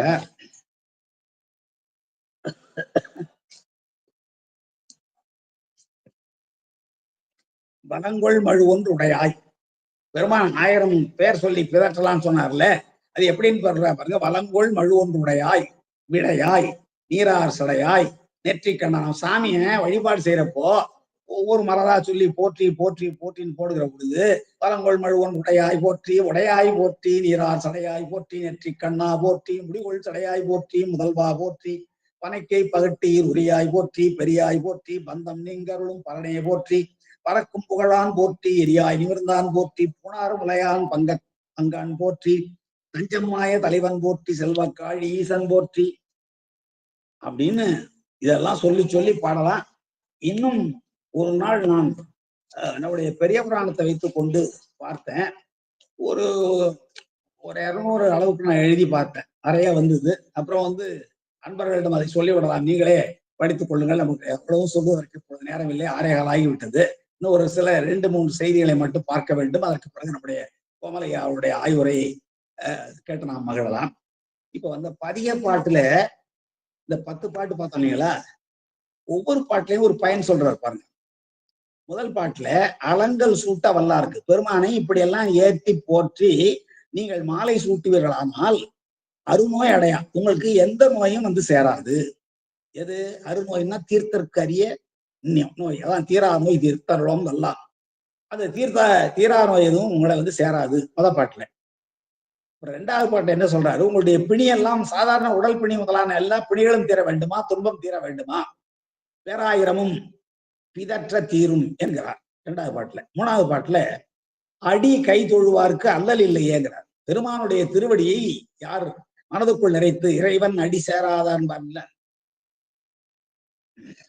இருள் சேர் இறைவனையும் சேரா இறைவன் பொருள் சேர் புகழ் புரிந்தார் மாற்றும் சொல்வார். மணக்கவலை மாற்ற அறிந்தார் ஒரு பாடல்ல. இப்படி பெருமானுடைய திருவடி சிறப்ப அங்கேயும் 7 பாடல்ல சொல்வார் நம்முடைய வள்ளுவர் ஆசான். இங்க பாருங்க, அடிதொழுவார்க்கு அல்லல் அவலம் ரெண்டும் இல்லை, துன்பமும் இல்லை, துன்பத்தினால் ஏற்படுகிற அழுகையும் இல்லைங்கிறார். அப்புறம் நினைக்க வல்ல அடியார் நெஞ்சில் நல்லார். யாரெல்லாம் பெருமான் நினைக்கிறானோ அவன் நெஞ்சத்தாயார் நல்ல நெஞ்சம். நல்ல நெஞ்சம் உடையவன் யார், நிறைந்த நெஞ்சம் உடையவன் யார் என்றால் பெருமானை எப்பொழுதும் நினைத்து வழிபாடு செய்கிறவன் போற்றுகிறவன் எவனோ அவனுடைய நெஞ்சம் தான் நல்ல நெஞ்சம் என்பது ஞானசம்பந்தருடைய கூற்று. அடுத்தது, பெருமானை எப்பொழுதும் நினைத்து கொண்டே எழுங்கள். எழுகிற பொழுது இந்த திருக்கோட்டூர் கூட அப்படித்தான் பாடுவார். எழுதுகிற பொழுதே பெருமானை நினைத்து கொண்டு எழுவீர்களானால் உங்களுடைய துயரெல்லாம் நிச்சயமாக, துயரம் எல்லாம் வழுவா வண்ணம் உறுதியாக போய்விடும். எனக்கு துயர் இருக்கிறது போகமாட்டேங்குதுன்னா பெருமான் நினைத்து கொண்டு எழுங்கள். காலையில் எழுகிற பொழுதே சிவாய நம்ம சிவசிவ என்று எழுங்கள். நிச்சயமாக விடையாய் பெரியாய் நஞ்சனி கண்டனே நான்மறை செல்வனே என்றெல்லாம் சொல்லி சொல்லி எழுங்கள், உங்களுடைய புனியெல்லாம் போய்விடும் என்கிறார் ஞானசம்பந்தர். அடுத்து, சிந்தை செய்வார் செம்மை நீங்காதிருப்பார். பெருமானை யாரெல்லாம் சிந்தையில் நினைத்துக் கொண்டே இருக்கிறார்களோ அவர்களுக்கு செம்மை, திருநின்ற செம்மையே செம்மையா கொண்ட திருநாவுக்கரையன் போல நாமும் செம்மை உடையவர்களாக நிச்சயமாக விளங்க முடியும். சிவனனும் அந்த நாமத்தை நாம் பேணி வளர்த்தாலே போதுமானது என்பது பொருள். அடுத்து, முயல்வாரதன் மேல் வெப்பை கூற்றம் விடுதாரே. யார் பெருமானை ஏத்தி போற்றி பாடி பெருமானுடைய திருவடியை அடைய வேண்டும் என்று முயற்சி செய்கிறார்களோ அப்படிப்பட்ட முயற்சி செய்பவர்களிடம் கூட குற்றம் வர முடியாது என்றால் முயன்றவர்களிடம் கேட்கவே வேண்டாம். எனவே இந்த புதடியார்களுக்கு கூட ஒரு நல்ல வழியை காட்டுகிறார் நம்முடைய ஞானசம்பந்த பெருமான். அப்புறம் பெருக்கும் இன்பம் துன்பமான பிணிப்போம். இன்னும் அவருடைய பெருமானை நீங்க போட்டிக் கொண்டே இருக்கலாம், உங்களுடைய பிணியெல்லாம் போயிடும். கோணா நெஞ்சம் உடையாருக்கு இல்லை குற்றமே. திரிவில்லாத திருகல் இல்லாத சிந்தை உடையவர்களுக்கும் எந்த குற்றமும் வந்து சேராது. அப்புறம் அவர்கள் இப்படிப்பட்ட தன்மைகளை எல்லாம் உடையவர்கள் தான் துஞ்சலில்லா நல்லுலகம் பெறுவாரே. அம்மையார் சொன்ன தலைப்பது இறப்பில்லாத பிறப்பில்லாத மேலுலகமாகிய வீட்டுலகத்தை பெறுவார்கள், அது உறுதி என்பது. நல்லுலகம் பெறுவாரே என்று ஞானசம்பந்த பெருமான் சொன்னா அதான் ஆணை. எனவே கடைசியிலே வாழி நீங்க வானோர் உலகில் மகிழ்வாரே, என்றும் நீங்காத புகழோடு வானோர் உலகத்தில் மகிழ்ச்சியோடு இருப்பார்கள் என்று இந்த பதிகப்பயனாக சொல்லுகிறார் என்று காரணத்துல பார்த்துட்டோம். அடுத்து இன்னொன்று, ஒவ்வொரு பாடல்லையும் களிக்காழி கள்ளிக்காழின்னாரு. அந்த களிக்காழின்னா ஆரவாரம் மிக்க காழி, செம்மை மிக்க காழி என்று பொருள் சொன்னேன். அதுக்கு என்ன காரணம் என்றால், முத்துக்கள் மணிகள் முதலாய மதிப்புமிகு பொருள்களை மரக்கரங்களில் கரையில் கொண்டு வந்து சேர்ப்பதனால் ஏற்படுகிற ஒலி, சங்குகளை கப்பல்கள் கொண்டு வந்து கரை சேர்ப்பதனால் ஏற்படுகிற ஆரவாரம், பவளமும் முத்துக்களும் வீட்டிற்கே வந்து ஏறும் அளவுக்கு அலைகள் கனைத்து கொண்டு கரையில் கொண்டு தள்ளுவதனால் ஏற்படுகிற ஓசை. அடுத்தது, கயல்மீன் போன்ற கண்களை உடைய பெண்கள் பெருமானின் புகழினை, பெருமானுடைய திருநாமத்தை பண்ணோடு கூட பாடுவதனாலே ஏற்படுகிற, பாடி ஆடுவதனாலே ஏற்படுகிற ஒலி. அப்புறம் ராவணனுடைய முடியும் தோளும் நசுங்குமாறு பெருமான் அழுத்துவதனாலே அவன் அலற ஒலி. அப்புறம் சமணர்களாகிய அறிவிலிகள் எப்பொழுதும் துன்பம் தரும் பேச்சுக்களையே பேசி மற்றவர்களை கெடுக்க முயல்கிறார்கள் அல்லவா, அவர்களுடைய ஒலி. இப்படியெல்லாம். அப்புறம் மழலை வரிவண்டு இருக்கிறதா, நான் முதல்ல சொன்னது மாதிரி புரளி வாராத யாழோடும் கூடாத அப்படிப்பட்ட வண்டுகள் இசைக்கிற ஒலி. அப்புறம் இன்னும் அந்த மலரும் பருவத்தில் இருக்கிற முட்டுகளின் மீது தென்றல் காற்று வீசுகிற ஒலி. இப்படி பல்வேறு வகையான ஒலிகள் எழுப்பதனாலே களிக்காழி என்று சொன்னார். இன்னும் விண்ணோர் இங்கு வழிபட வருவதனாலேயும், விண்ணோர்கள் வருகிற பொழுது பஞ்சவாக்கியங்கள்லாம் முழங்கும். நீங்க நானும்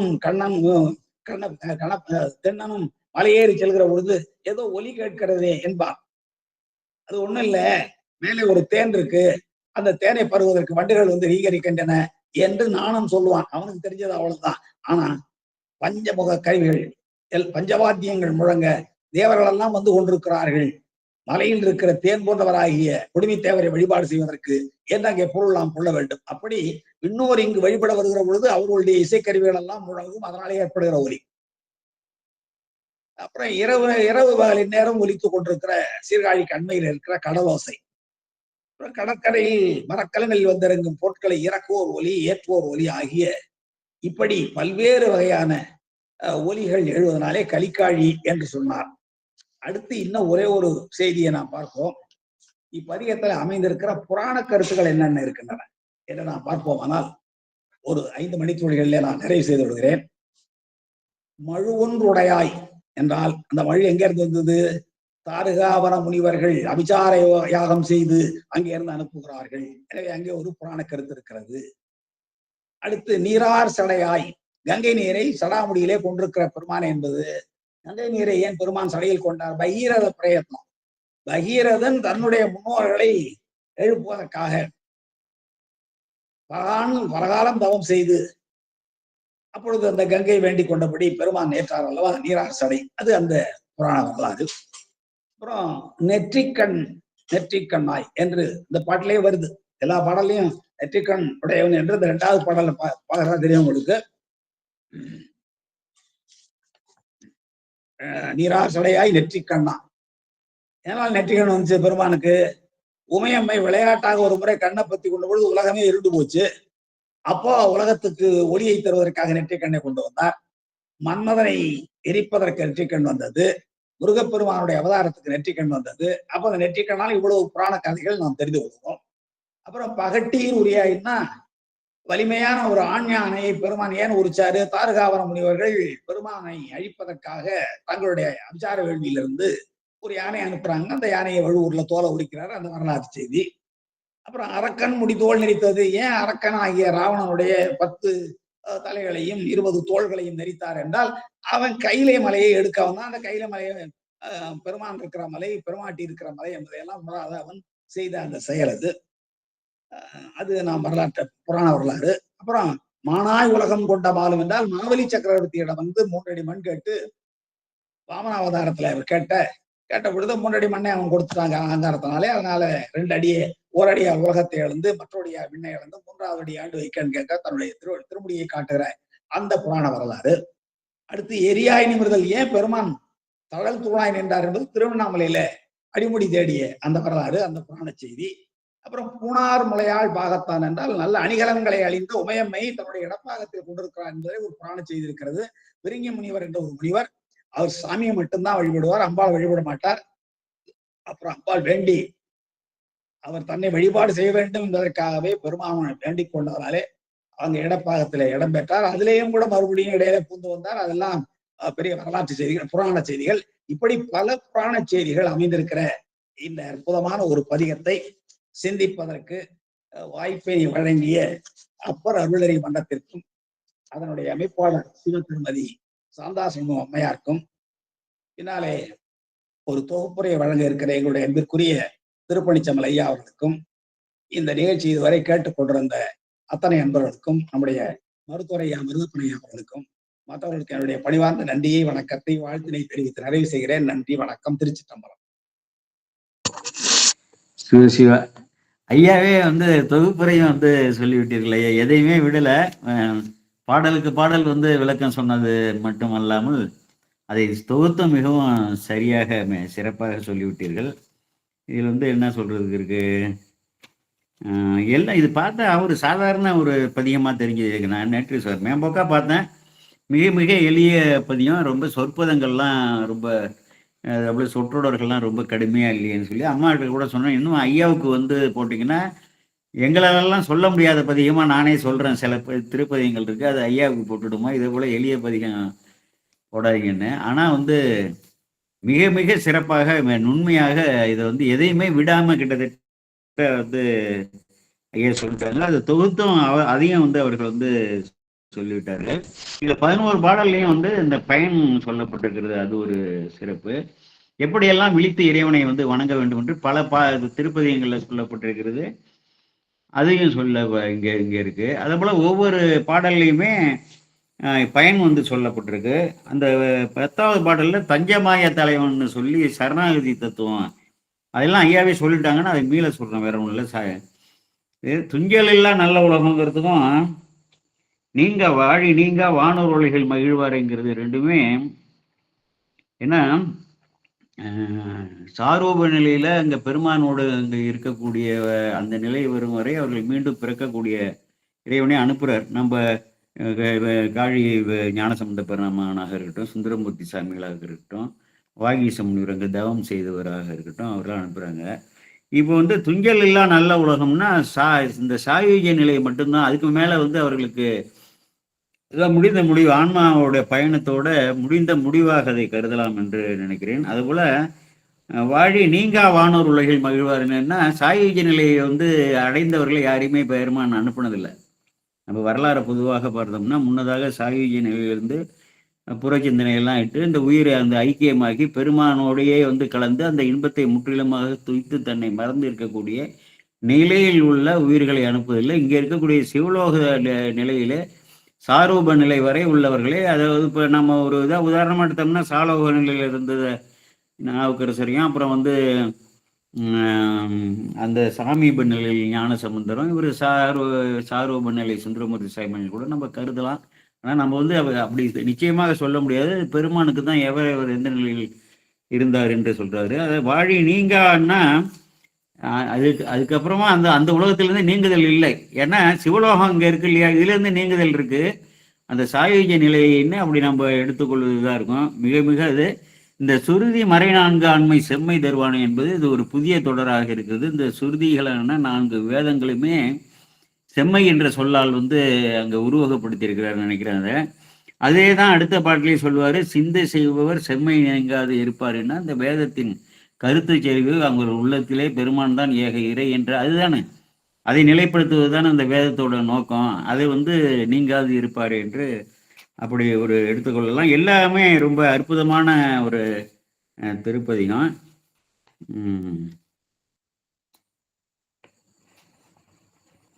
நான் குறிச்சதெல்லாம் ஐயாவே சொல்லிட்டாங்க, அதனால ஒன்றும் கிடையாது. அடியாருக்கு கற்கைகளாவது அருள் செய்வான். இது ஒரு பல இடங்களில் சொல்லப்பட்டிருக்கு. அப்பர் பெருமான் நிறைய சொல்லியிருக்காரு. நம்ம வந்துன்னா அடியாருங்கிற இலக்கணத்திற்கு வந்த பிறகுதான் கற்கைகளாவது அருள் செய்யக்கூடிய நிலை நமக்கு கிடைக்கும். பரவாயில்ல, நான் இப்படிலாம் வழிபடுறோம் போகிறோம், நமக்கு துன்பம் வருதுன்னு நினைக்கிறாங்க. அதே போல் இந்த புராண செய்திகளும் சொல்லிட்டாங்க. அதில் விடையா என்பது வந்து அறத்தின் வடிவாக இருக்கக்கூடிய அந்த விடை எப்படி பெருமானை எங்கே தாங்குகிறது, அந்த அருள் பெற்றது எவ்வாறு என்பது அது ஒரு புராண செய்தி இருக்கு.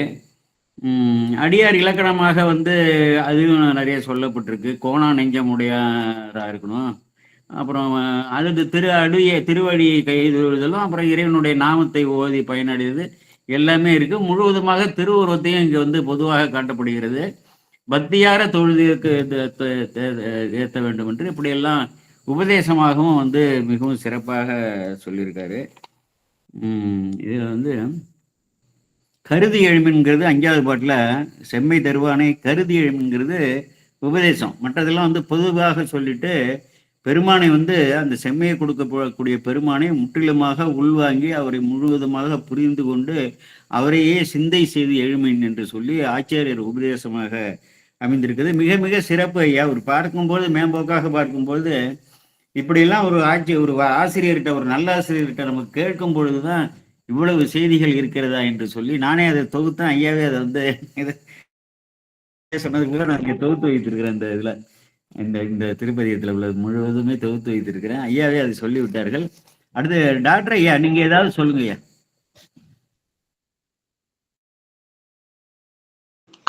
சிவாய நம. திருச்சிற்றம்பலம்.